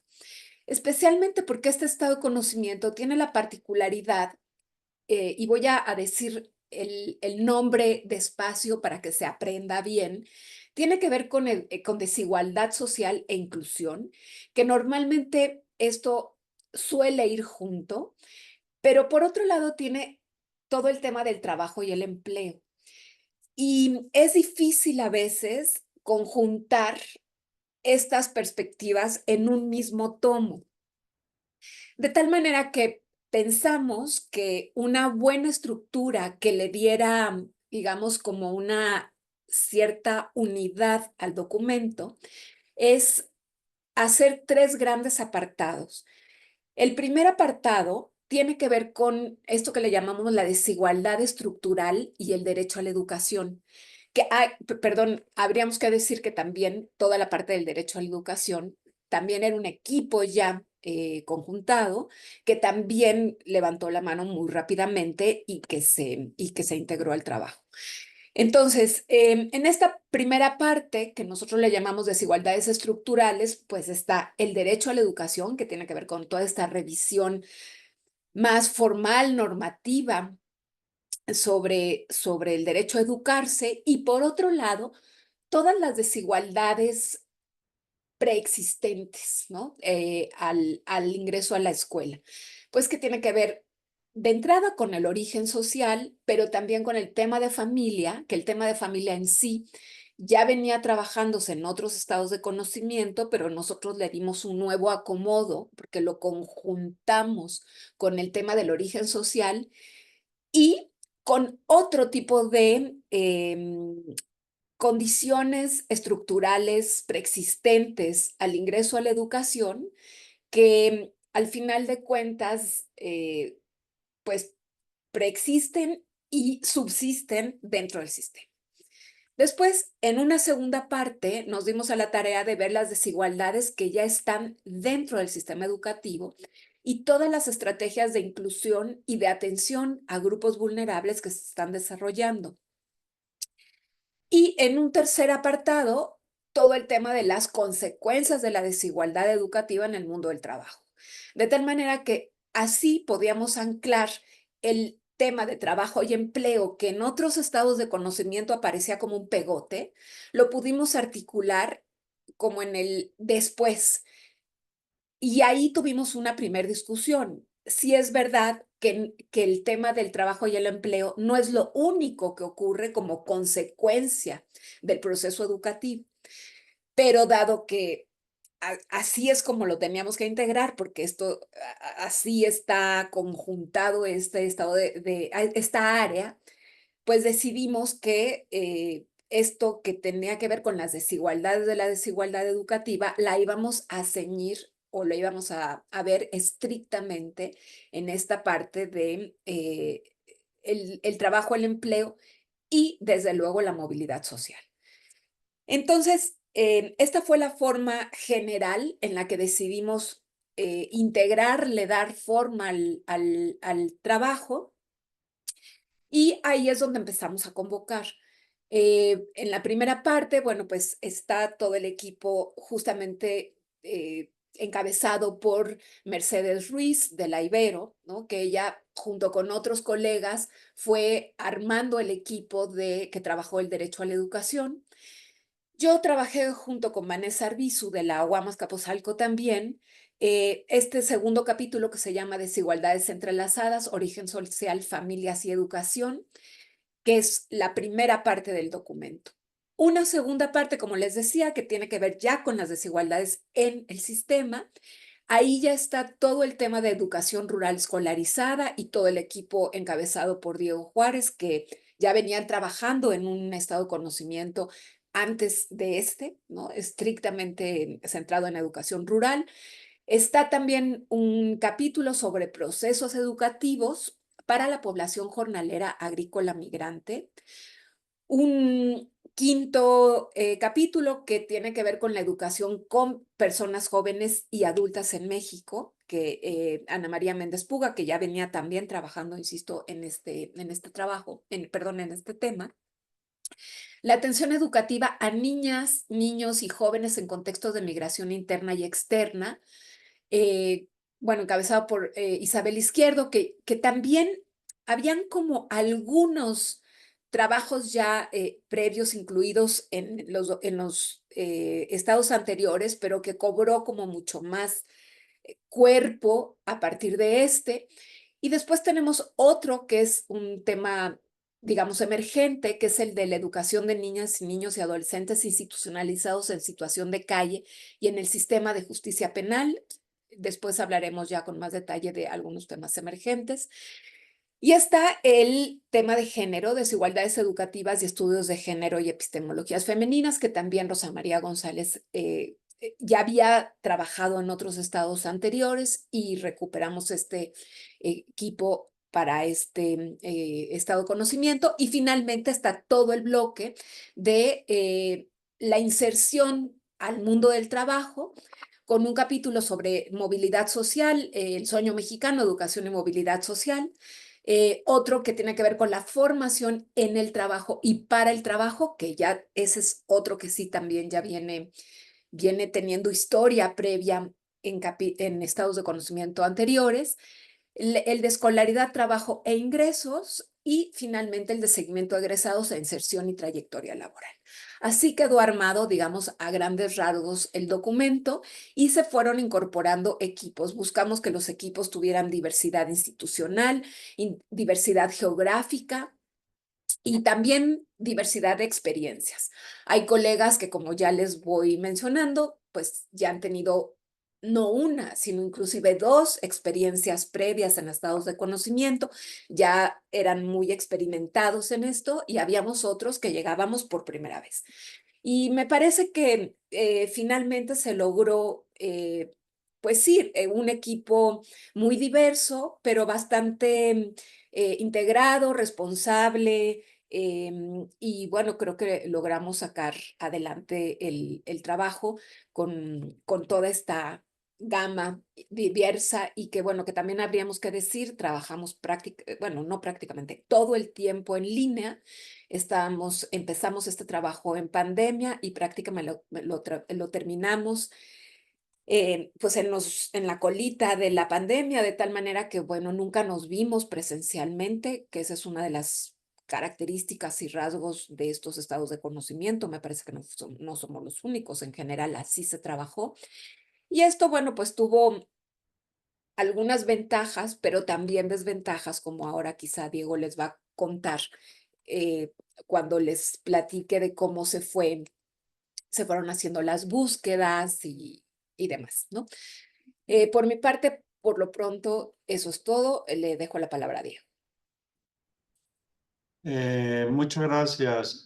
Voy a compartir una muy breve presentación para hablar yo en los siguientes minutos sobre el... ¿Sí se alcanza a ver ya la presentación? Se ve bien, sí. Si quieres Sí, ponerla en presentación, sí, ándale. sí, sí, listo. Muchas gracias. Bueno, pues yo de manera muy breve, simplemente destacar lo que ya dijo Dinora. Bueno, ahí están los capítulos que les interese revisar. Hay que también señalar que hubo un apartado conclusivo, que no es sencillo concluir un libro de más de 600 páginas y contamos con el enorme esfuerzo de Silvia Schmelkes. Yo creo que pocas personas con el perfil que ella tendría para hacer más pertinente el apartado conclusivo, ¿no? Entonces, simplemente también señalar eso. Y ya lo que señalaba, yo también quisiera destacarlo, lo que decía Dinora, ¿no? Esto de la diversidad regional, es decir, que provenimos tanto de universidades públicas, pero también de universidades privadas, hay que decirlo, en un sexenio complicado para muchas instituciones privadas, pero también de distintas sedes de la Universidad Pedagógica Nacional, del Normales, como la Normal Veracruzana. Es decir, creemos que una fortaleza de este estado del conocimiento, pues fue precisamente que no esté centrado en instituciones casi siempre de la Ciudad de México, sino que tenía una diversidad regional y de equipos de trabajo. Eso creo que es importante señalarlo. ¿Qué criterios seguimos de búsqueda? Considerando que buena parte, más bien todo el trabajo se realizó durante la pandemia, pues nos abocamos, y esa es una limitante al estudio, a materiales digitales. Es decir, consideremos y recordemos, a veces ya ni siquiera lo queremos recordar, pero hace 3 años que estuvimos encerrados, pues evidentemente estaban cerradas todas las bibliotecas y centros de documentación. Entonces, una limitante, y fue justificada por esta razón, es que todos los materiales bibliográficos provienen de formato electrónico, sobre todo de revistas científicas y libros. Sin embargo, en algunas temáticas hay que señalar que había poca información, por lo tanto, se tuvo que ampliar la búsqueda también a tesis de posgrado, sobre todo en programas del Sistema Nacional de Posgrados, y también a ponencias de memorias y publicaciones de congresos. Sin embargo, esta segunda posibilidad, insisto, solamente ocurrió en el caso de los temas en los cuales había poca información generada en libros y en artículos, ¿no? Entonces, bueno, esto es importante señalar. ¿Qué antecedentes? El antecedente directo de este estado del conocimiento solamente lo identificamos en la anterior colección, en la que se elaboró para el periodo 2002-2011, en el cual hubo un volumen llamado Educación, Desigualdad y Alternativas de Inclusión. En los otros estados del conocimiento, realmente estas temáticas estuvieron diluidas o más bien repartidas en los distintos estados del conocimiento, pero fue, insisto, hasta el anterior estado del conocimiento, el del 2002-2011, en el cual ya hay un antecedente mucho más directo en relación al trabajo que nosotros elaboramos. ¿Qué podríamos hacer ahorita? Evidentemente, Dinora eso lo va a profundizar, pero de manera muy breve, pues, ¿qué temas se consolidaron? Ya se ha dicho el tema de género, ese ha aparecido en varios estados del conocimiento, en distintos volúmenes, y en estos que ya hay unos equipos muy consolidados de investigación que tienen que ver con todo el gran tema de educación hacia personas jóvenes y adultas, y todo el tema de la formación y el mundo del trabajo, que en el libro, como ya señalaba Dinora, quedó en la tercera parte. ¿Cuáles fueron los temas nuevos? Y que los nuevos yo lo coloco entre comillas, pues que no es que antes no existieran estas temáticas, simplemente que anteriormente o en otros estados del conocimiento no tenían capítulos especializados hacia estas temáticas. en esto de los temas nuevos, pues evidentemente en la última década surgieron temas que emergieron en temas de importancia, claramente el tema de la migración, ¿no? En todo, pues durante toda la historia de la humanidad han existido fenómenos migratorios, pero la consolidación o la enorme cantidad de personas que de manera interna e internacional están migrando, pues son fenómenos de creciente importancia en el ámbito educativo, y eso podría ser uno de los primeros temas que podríamos considerar como novedosos para que tuviesen capítulos específicos. Evidentemente también el tema de todo lo de la educación rural. La educación rural en estados del conocimiento anteriores aparecía mucho en libros o en estados de conocimiento sobre historia de la educación rural, y por ahí aparecía alguna información, sobre todo en los que trataban temas de educación indígena o interculturalidad, pero no tenía un capítulo propio, como sí ocurrió en esta ocasión. Lo mismo que con la educación hacia la población jornalera agrícola migrante, la población adolescente institucionalizada o privada de su libertad, la población en situación de calle y ya lo mencionamos, los migrantes. Sin embargo, también no solamente hubo capítulos únicos o más bien novedosos, sino también fenómenos novedosos que en otros estados del conocimiento no aparecían con tanta fortaleza, como evidentemente sufrimos el tema de la violencia, como el tema de la violencia como algo recurrente en todos los capítulos, el tema de la migración que ya he mencionado, y el tema emergente que en su momento lo vivimos, que fue el tema de la pandemia y todas las desigualdades que en su momento fue ocasionando.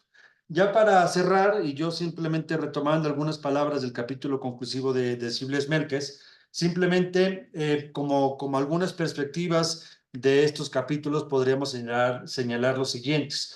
Por una parte, el aumento en el interés por investigar y evaluar políticas públicas enfocadas a la equidad y a la inclusión educativa. Esto muy relacionado con la presentación del volumen que acabamos de tener a las 4 de la tarde. El tema del género no solamente aparece en su capítulo propio, sino que es un eje también transversal que aparece en buena parte del resto de los capítulos. El tema de la interseccionalidad como una posibilidad para explicar mejor los problemas de la exclusión educativa.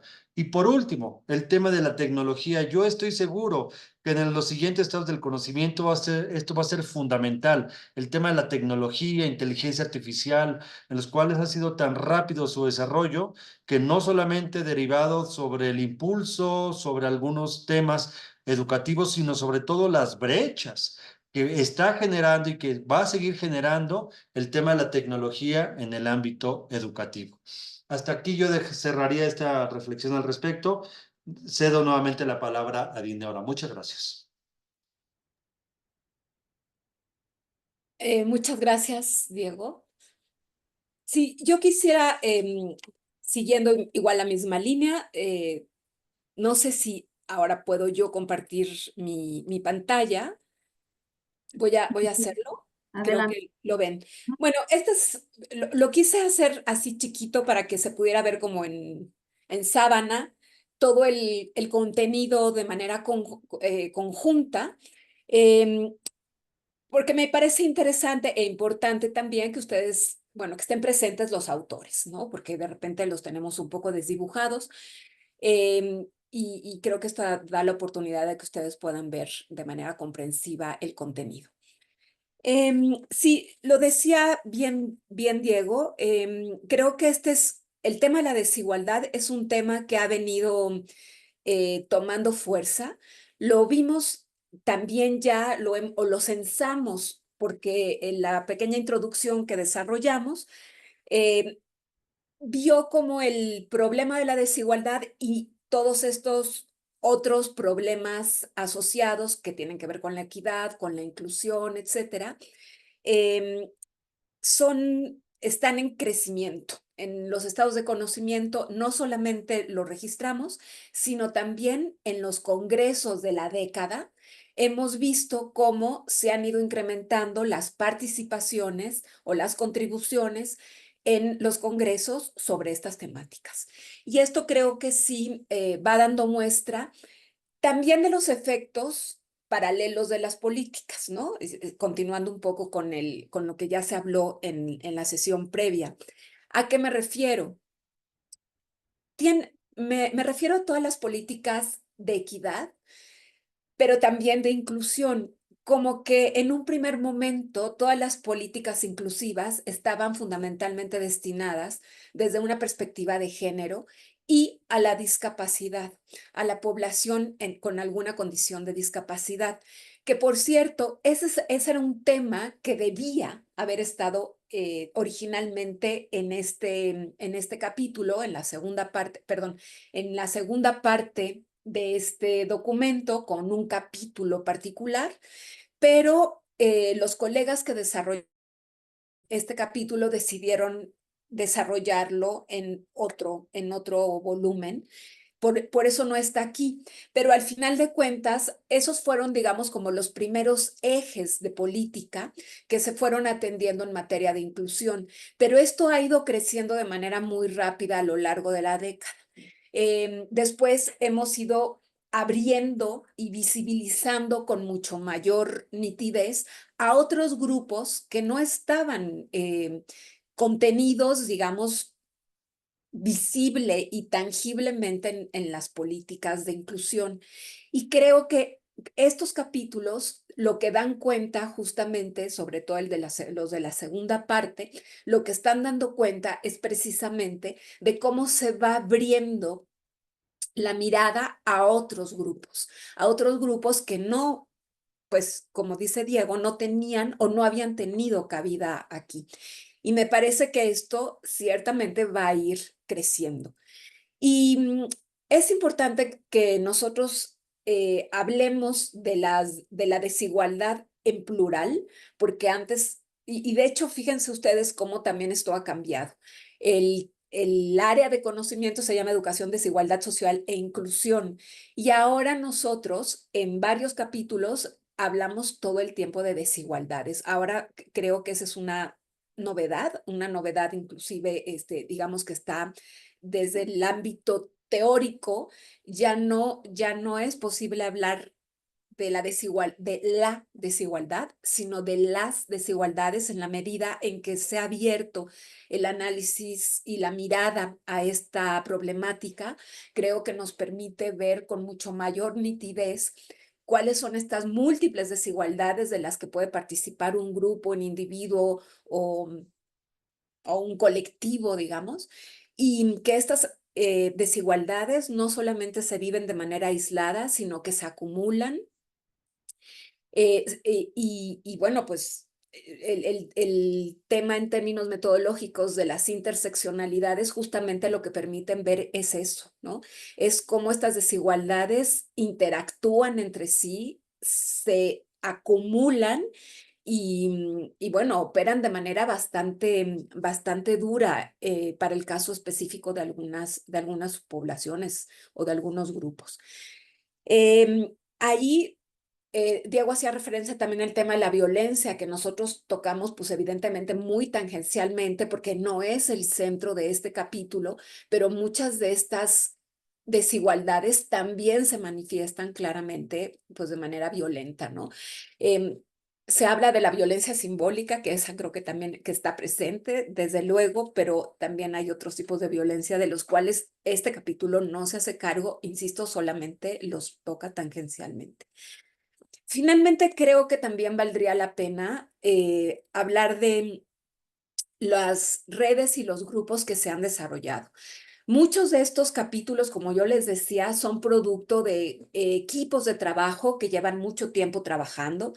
Eh, eh, el caso de educación rural, el caso de género, que por cierto la colega Rosa María González lamentablemente falleció y no pudo ver el documento terminado y publicado y ya en circulación. Digo, aprovecho para mandar un reconocimiento a ella. Y bueno, está también el caso de Ana María Méndez Puga, que también tiene ya un equipo muy consolidado de trabajo y un trabajo de muchos años sobre la temática de educación con personas jóvenes y adultas en México. Y en algún momento también el tema de formación en el trabajo y para el trabajo que ahora desarrolló Estela Ruiz.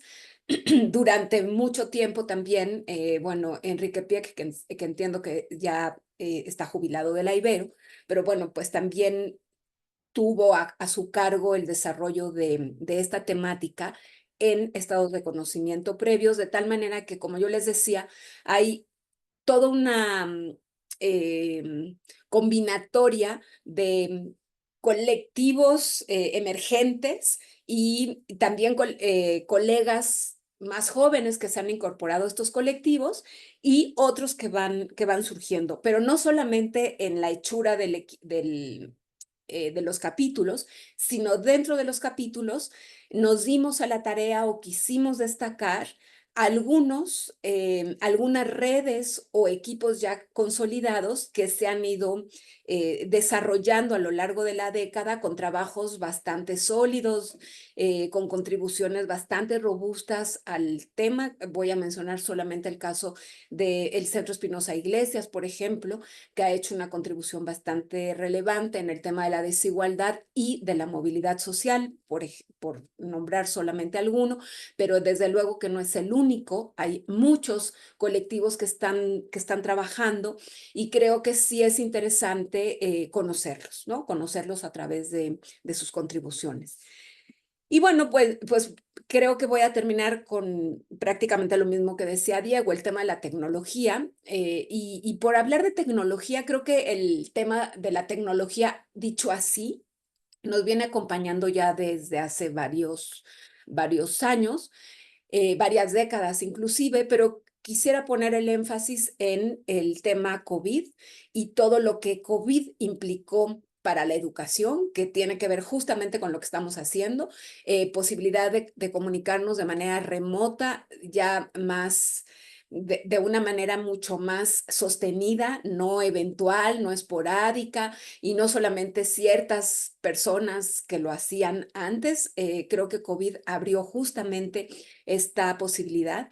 El tema de COVID está desde luego como una temática coyuntural, no emergente, sino coyuntural, pero prácticamente atraviesa a todas las temáticas. Y bueno, cuando hablo de tecnología me refiero entonces a esta posibilidad de trabajo en línea y desde luego a lo que decía Diego, inteligencia artificial. Creo que esa será una gran beta de trabajo para la próxima colección de los estados de conocimiento, aunque ya algunas de estas cosas con mucho más nitidez, otra vez aquí solamente los tocamos tangencialmente, pero pero está ya el tomo de, educación de TIC, que hay todo un tomo de esto, donde se desarrolla con mucho más fuerza todo el tema del desarrollo tecnológico. Quisiera dejarlo también aquí por ahora y esperar si hay reacciones, pues a lo mejor profundizar en cosas que desde luego seguramente se nos escaparon. Muchas gracias. Muchas Y voy a dejar gracias. de compartir, perdón. Sí, todo bien. Gracias, Dinora. Sí. Bueno, pues mira, tenemos ahorita un amplio espacio, ¿no? Me parece, para que las reacciones, como dices, las resonancias de este convite que nos has hecho con la presentación de este estado del conocimiento, pues puedan aprovechar este espacio para compartir sus preguntas, sus consultas, algo que quieran compartir.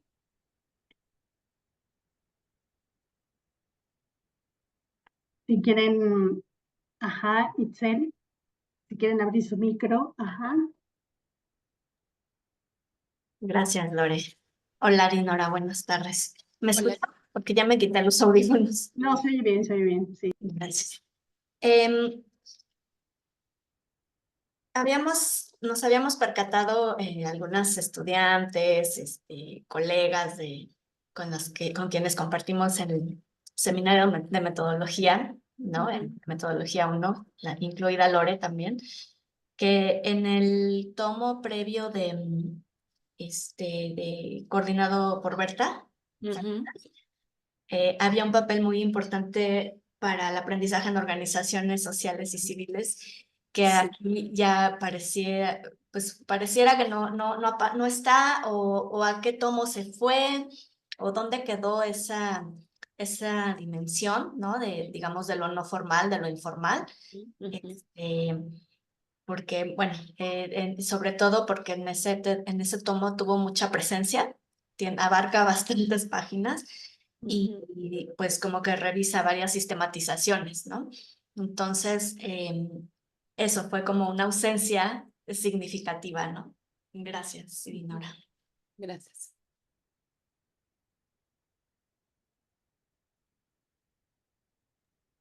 Pues si quieres, Dinora, en lo que alguien más se anima. Ajá, es que Ok. todavía no Sí. hay alguna otra, entonces podemos aprovechar. Ok, sí. Sí, fíjate que esa podríamos pensar que es una pérdida, ciertamente. No tuvimos en nuestra convocatoria, bueno, primero la estructura del documento hubiera podido caber, porque sí está de alguna manera, pero no con esa fuerza que tuvo en el estado de conocimiento previo. Está en la parte de, por ejemplo, educación con personas jóvenes y adultas, y está también en el apartadito que tiene que ver con esto de niños y niñas y adolescentes que están fuera de los espacios institucionalizados de educación, ¿no? Que están privados de su libertad y demás. Pero sí es verdad que esta fue una pérdida para este estado de conocimiento, pero fue también interesante que en la convocatoria ninguno de los colegas que habían trabajado con mucha fuerza en esa temática levantaran la mano.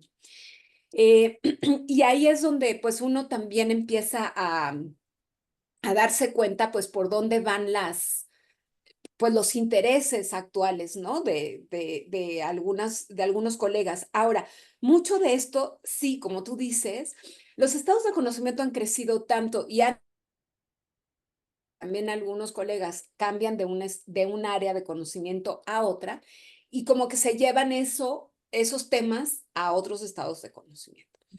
Y han crecido tanto y realmente tuvimos tan poca oportunidad como de rastrear por dónde andaban por todas estas dificultades de no poder vernos presencialmente y de hacer convocatorias muy cerradas, ¿no? Sobre los adscritos a las áreas, que pues las convocatorias creo que ahí sin el ánimo, insisto, de ser excluyente ni mucho menos, porque se incorporó o se convocó absolutamente a todos los que en ese momento estaban adscritos al área, pero muchos de estos colegas pertenecen a 2 o a 3 áreas, o pertenecemos, porque yo tendría que incluirme, ¿no? También, por ejemplo, yo participo en el de educación superior. Entonces, y lo mismo que pasó con los de discapacidad, ¿no? Que dijeron, mira, mejor nosotros nos vamos por otro lado. Entonces, no tuvimos nadie que visiblemente dijera que quiero trabajar esta temática. Así que sí, reconozco que fue una pérdida, porque desde luego en el capítulo anterior hubo una fuerza muy grande articulada en torno a este tema. Pero creo que estoy segura que en algún otro estado de conocimiento seguramente se tocó, pero no te podría asegurar. Y mira, pasa lo mismo que hablaba Diego hace rato con, por ejemplo, con el tema de educación rural, como que quedan desdibujados algunas temáticas por algunas razones y luego de repente emergen o se esconden detrás de otros que están operando ahí con más fuerza. Pero esto pues también tiene que ver con las coyunturas. Quisiera yo creo que decir también de la membresía del COMIE, ¿no? Hay algunos colegas que tienen como que trabajan con mucha fuerza ciertas temáticas y de repente se han ido retirando en algunos casos y pues como que no dejan digamos, como al colega más joven o no sé qué que le pueda dar continuidad. Y esto creo que pasó con esta, fíjate. Esa sería como lo que yo podría contarte del armado y de la convocatoria, de cómo fuimos destinando temáticas específicas. Gracias, es muy interesante porque también hay sujetos detrás Sí, por sujetos y supuesto, ¿no? líneas y grupos, como decías hace rato, ¿no? Redes de trabajo ya muy Sí. desarrolladas y consolidadas. Gracias. Gracias, Itzel. Lau, no sé si tienes posibilidad de abrir tu micro y si no, leo la pregunta que colocas aquí en el mensaje. Creo que no, ¿verdad? Es que tenemos ahí un tema con las funciones. Ajá, con el micro. Bueno, sí, voy, no te preocupes. Leo acá, Dinora, nos pregunta Laura Bárcenas, ¿cómo se observa las TIC? O sea, bueno, más bien, ¿cómo se observa? Las TIC están cambiando las dinámicas educativas. Sin embargo, sabemos que hay distancias entre unos contextos y otros. De acuerdo a los estudios revisados, ¿cómo afecta la incorporación de estas herramientas a poblaciones que no cuentan con los recursos y herramientas para aprovechar las bondades de las TIC? ¿Cómo quedarán las brechas al respecto? Sí. Fíjate que otra vez, ahí sí hay un estado de conocimiento expresamente destinado a esto. Y el tema de la desigualdad desarrollada en torno a las tecnologías de la información y la comunicación, otra vez, es algo que en este estado de conocimiento pasa tangencialmente, que tiene que ver, es decir, no es el centro, de tal manera que nosotros no hicimos búsquedas expresas ni problematizamos, como ustedes pueden ver, no hay ningún capítulo que expresamente trate el tema de la tecnología, porque hay un tomo destinado a eso. Y seguramente ahí sí se profundiza en estas brechas, ¿no? Aunque lo que pasa es que ahí también quizá no lo platiqué con tanto detalle, pero es muy difícil delimitar, ¿no? Esto te toca a ti y esto va en este otro tomo y esto va en este otro, ¿no? Porque muchas veces veíamos repetida, por ejemplo, algunas cuestiones de multiculturalismo aquí y entonces decíamos, bueno, ¿y en dónde lo ponemos, no? ¿Y con qué criterios vamos seleccionando y vamos trayendo eso para acá y otros los dejamos del otro lado? En algunos casos sí hubieron conversaciones con colegas de otros equipos, pero en otros casos los equipos de los capítulos internos son los que decidieron y dijeron, esto no, esto que se vaya del otro lado. De hecho, en algunos casos, eso también pasa en los propios congresos. Cuando vemos ponencias que no caben del todo aquí, se las pasamos a los otros colegas o los otros colegas nos los pasan acá y así vamos acomodando. Pero sí es verdad que es muy difícil porque, bueno, pues esto solamente son decisiones estrictamente analíticas, ¿no? Y que se buscan ajustar lo más posible a lo que nosotros estamos problematizando aquí, pero que de facto, pues hay muchas que están atravesando muchas temáticas, ¿no? Es decir, y sí, sí es complicado. Aquí nosotros tomamos la decisión de que la parte de las brechas de tecnologías de la información y la comunicación no fuera el centro, ¿no? Insisto, solamente atraviesan tangencialmente y hay un tomo completo para esto. Sí, por cierto, aprovechando voy a hacer el comercial para los que están Sí, escuchando. sí. El lunes 11 de noviembre tenemos la presentación de ese estado del conocimiento de tecnologías para que también quien quiera seguir escuchando y profundizando sobre lo que se encontró en ese estado del conocimiento, pues también pueda participar y asistir el 11 a las 5 de la tarde, ¿no? Pero no sé si alguien más tiene, yo quisiera hacerte una pregunta, Dinora, sobre este tema de las brechas, ¿no? Porque en algún momento las brechas que conocemos de desigualdad estaban muy asociadas pues al tema del género, ¿no? Mujeres, infancias, comunidades rurales, indígenas. Estas brechas, a partir de lo que ustedes encontraron en su búsqueda, ¿se siguen sosteniendo? Hay otras nuevas, bueno, esa de la tecnología claramente es una, pero bueno, Sí, no, por supuesto que sí. Yo digo que están ahí presentes. Lo que no ha hecho la política es abrirlas y verlas, ¿no? Dame solamente un minutito, voy a abrir la puerta de mi estudio porque... Ay, perdón. Perdón. Es que tenía aquí. Lo que nosotros fuimos viendo es que lo que se está abriendo es la posibilidad de mirar la desigualdad y de mirar a nuevos grupos. Y creo que eso sí lo estamos, por eso el capítulo 2 es tan grande, pero no es, pero creo que no hace justicia a lo que estamos viendo ya. Por ejemplo, está el tema de la población afrodescendiente, que es un tema que está muy recientemente siendo visto, ¿no? O sea, es un grupo al que se le está recién mirando. Entonces, por un lado, si ustedes recuerdan, a principios de este siglo, las primeras políticas de inclusión estaban orientadas a grupos étnicos, mujeres especialmente, grupos étnicos y discapacitados.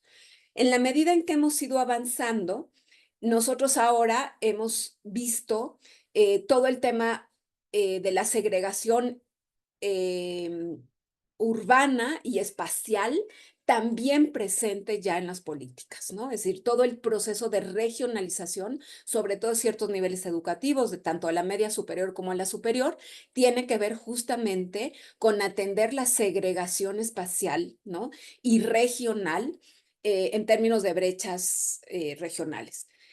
Está también entonces la emergencia y la posibilidad de ver a estos otros grupos, insisto, los afrodescendientes que no estaban tocados en las políticas, ahora estamos viendo. Están los temas de las poblaciones en condiciones no solamente de pobreza, sino de violencia, que son víctimas de violencia, que también están siendo miradas, ¿no? Entonces, sí, desde luego que sí, cada vez podemos ver con mayor nitidez que el tema de la inclusión va abriéndose y va siendo sensible a nuevos grupos y que no es excluyente ser mujer, ser indígena, estar en condiciones de ruralidad, en fin. Y por eso nosotros pensamos que la oportunidad de ver interseccionalmente a estos grupos es muy relevante, porque lo que nos permite ver es cómo están entrelazadas todas este conjunto de desigualdades. Y por eso vemos también como un aporte muy relevante dejar de hablar de desigualdad para poder hablar de todas estas desigualdades, como le llamamos a un capítulo, entrelazadas, ¿no? De las que pues antes no veíamos, no estábamos viendo, no es que no existieran, es que no veíamos, ¿no? Por ejemplo, es muy relevante que ahora en muchos cuestionarios en las universidades, ahora antes te preguntaban, ¿qué eres, hombre o mujer? Y ahora te dicen o prefieres no decirlo, o eres otro, o tal, ¿no? Es decir, esta es esta otra desigualdad que tiene que ver con la preferencia sexogenérica, también es algo que estamos mirando como novedoso, porque ahora ya no son solo las mujeres, sino es toda esta otra diversidad que de género que también se abre y que antes no veíamos. Por ejemplo, las estadísticas educativas son muy tradicionales, veían hombres y mujeres, ¿no? Y a los otros no los veían. Ahora ya te preguntan, ¿eres hablante de alguna lengua? ¿Perteneces a alguna comunidad? ¿Te consideras tal? Es decir, cada vez más se abre la posibilidad de conocer mejor a las poblaciones, ¿no?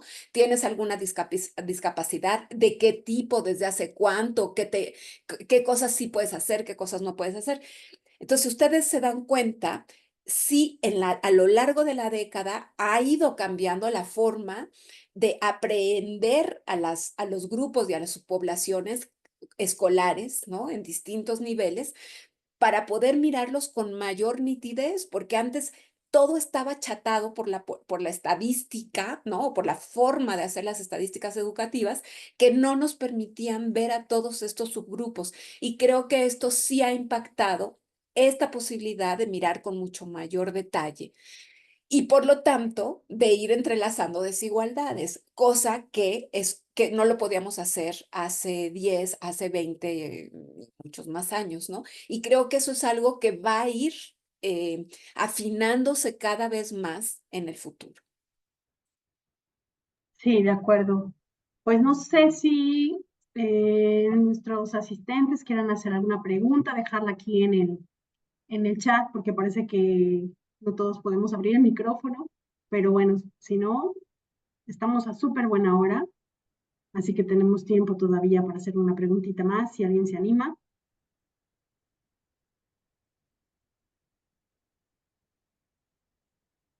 Bueno, Dinora, creo que esto ha sido pues una convidadita, por supuesto, de lo que hay en este estado del conocimiento y por supuesto invitamos a que lo revisen, a que lo lean. Ah, bueno, mira, hay una Elena, se ha animado. Elena, dice que El si tema de puedes... educación inclusiva. Exacto. Bueno, mira, pues creo que justamente todo esto que les estoy contando sobre qué posibilidades y cuáles son los instrumentos a través de los cuales se está abriendo la mirada de estos grupos, quizá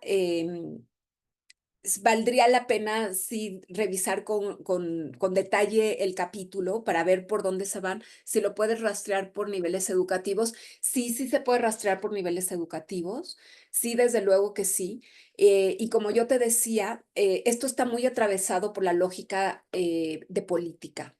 Por eso me vinculo mucho con con el estado anterior, porque es justamente la política, digamos, toda esta nueva vertiente de equidad y de inclusión, la que ha empujado a la política a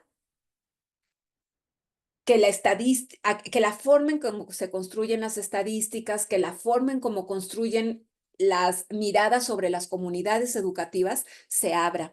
Y esto es lo que yo digo que se está afinando.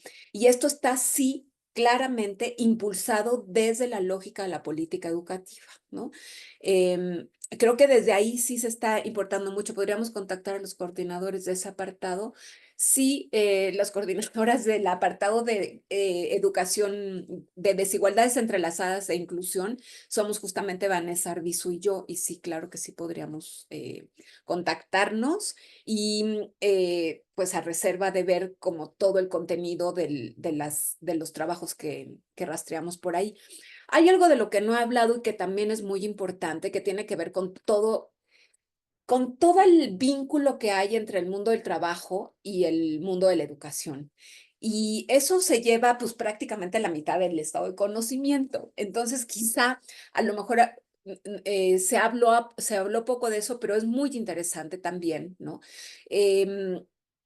Porque ahora esta misma idea de todo lo que ocurre dentro del sistema, ¿no? La inclusión, la equidad, tiene su efecto posterior después en la inserción en el mundo del trabajo. Y ahí también vemos muchas desigualdades, ¿no? Y desigualdades impactadas por en dónde estudiaste, qué estudiaste, etcétera, etcétera, etcétera. Quizá esto pues, está mucho más orientado hacia la educación media superior que forma para el trabajo, pero, y también para la superior, ¿no? Entonces, quizá no todo el mundo trabaja estos niveles educativos, pero me parece que el tema de la movilidad social vinculada a de la movilidad social y la movilidad educativa, porque habríamos ahí que diferenciar entre estos dos fenómenos. Ahora tenemos una movilidad educativa muy amplia, pero no tenemos una movilidad social que vaya en la misma sentido y en correspondencia con con esta movilidad, ¿no? Y creo que ahí cabe hacer hincapié en las desigualdades que están implicadas y construidas y producidas desde el sistema educativo, porque el sistema educativo también produce esas desigualdades que después impactan en el mundo del trabajo. Y eso ya se ve, ya hay líneas de trabajo que están desarrolladas ahí en la parte de movilidad. Así que esto, bueno, pues creo que sí, lo podríamos creo que no es que sea necesariamente un tema emergente, pues porque esto lo vienen trabajando los franceses desde el siglo pasado, ¿no? Sobre todo los reproduccionistas, pero creo que lo que resulta interesante es ver cómo está ocurriendo acá, sobre todo en la medida en que se van abriendo muchas más oportunidades y muchos más espacios educativos y modalidades educativas y opciones de educación para los jóvenes sobre todo, ¿no? Insisto, porque estoy hablando de media superior y de superior, ver en qué medida esto después tiene su correlato en su inserción en el mundo del trabajo. Y creo que ahí esas desigualdades son justo las que estamos ahora por descubrir, ¿no? Nada más. Ah, ah, Lorena, ¿te quedaste sin micro? Ah, ya. Ay, no puedo hablar. ¿Por qué? Ah, bueno. Es como que a ver, perdón, solicitar que todo lo activen el audio. Ahí estoy, ya, es que no Ya, podía. Perdón. Si Perfecto, yo no. decía, porque... Okay. Yo te decía, no puedo hablar yo. No, muchas gracias, Dinora. Es que tenemos aquí una última pregunta de Antonieta, que pregunta sobre, desde tu opinión, ¿no? ¿Qué hace falta para que la investigación y los resultados de la investigación se reflejen en las políticas educativas públicas? Y aquí dice, porque si bien hay pues, temas emergentes, también hay temas recurrentes, y esto puede significar que los esfuerzos de los productos no se Sí. están reflejando en este diseño. Pues mira, pues esta relación entre la investigación y la política, o la política, quiero decir en términos de la política y las políticas, pues es un tema bien viejo. Y en realidad, mi posición es que la investigación, la chamba de la investigación educativa es mostrar evidencia, no hacer política, ¿no? La chamba de hacer política y de definir acciones e intervenciones públicas, pues es la chamba de los políticos, ¿no?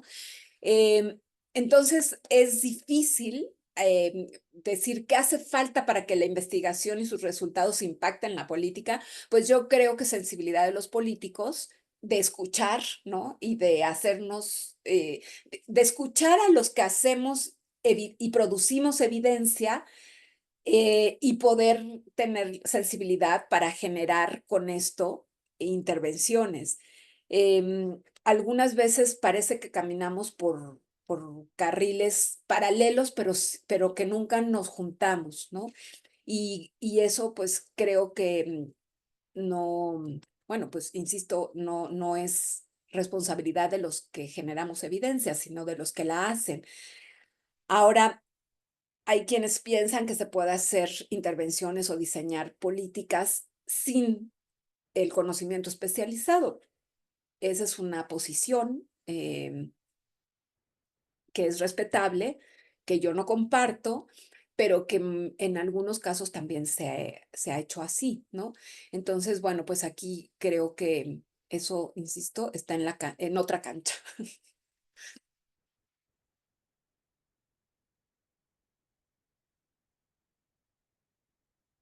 Otra vez te quedaste. Bueno, Lorena, si quieres yo despido la mesa. Sí, sí. Bueno, pues yo reitero mi está agradecimiento. Ay, Ay, muchas gracias, ok. Dinora, mil gracias por tu No, al asistencia, contrario. por tu participación, por venir a compartir con nosotros todo lo que construyeron, como dicen, un esfuerzo de verdad de mucho tiempo, de un equipo grande y de además unas trayectorias pues muy amplias trabajando sobre estas cuestiones. Entonces, bueno, queremos agradecerte, te haremos llegar tu constancia de participación y pues nada, sabemos que estás disponible para hacer estas comunicaciones con la gente que quiera seguir profundizando y teniendo estas conversaciones contigo. Así que bueno, agradecemos a todos su asistencia y hacemos extensiva la invitación para el día 11 de noviembre a las 5 de la tarde, que vamos a tener la presentación del estado de conocimiento de tecnologías. Así que bueno, Dinora, muchísimas gracias a Diego Juárez, que se tuvo que retirar. También le agradecemos su aportación, su presencia en este espacio. Acá está. Muchísimas gracias, Dinora, a ti. Sí, por dejo- cualquier cosa, por ahí me pueden contactar y con mucho gusto conversamos con más detalle. Muchas gracias por la invitación. Gracias a ti por aceptar. Bueno, pues linda tarde para todos. Sí, Gracias. tenemos el 11, el de tecnologías, el Ah. 12 de valores Mm. y el 13 una presentación de 2 libros en educación. Así que bueno, les estaremos enviando también la invitación para que se conecten. ¿Mm? Bueno, pues adiós, muchas gracias, hasta luego. Gracias, bye bye.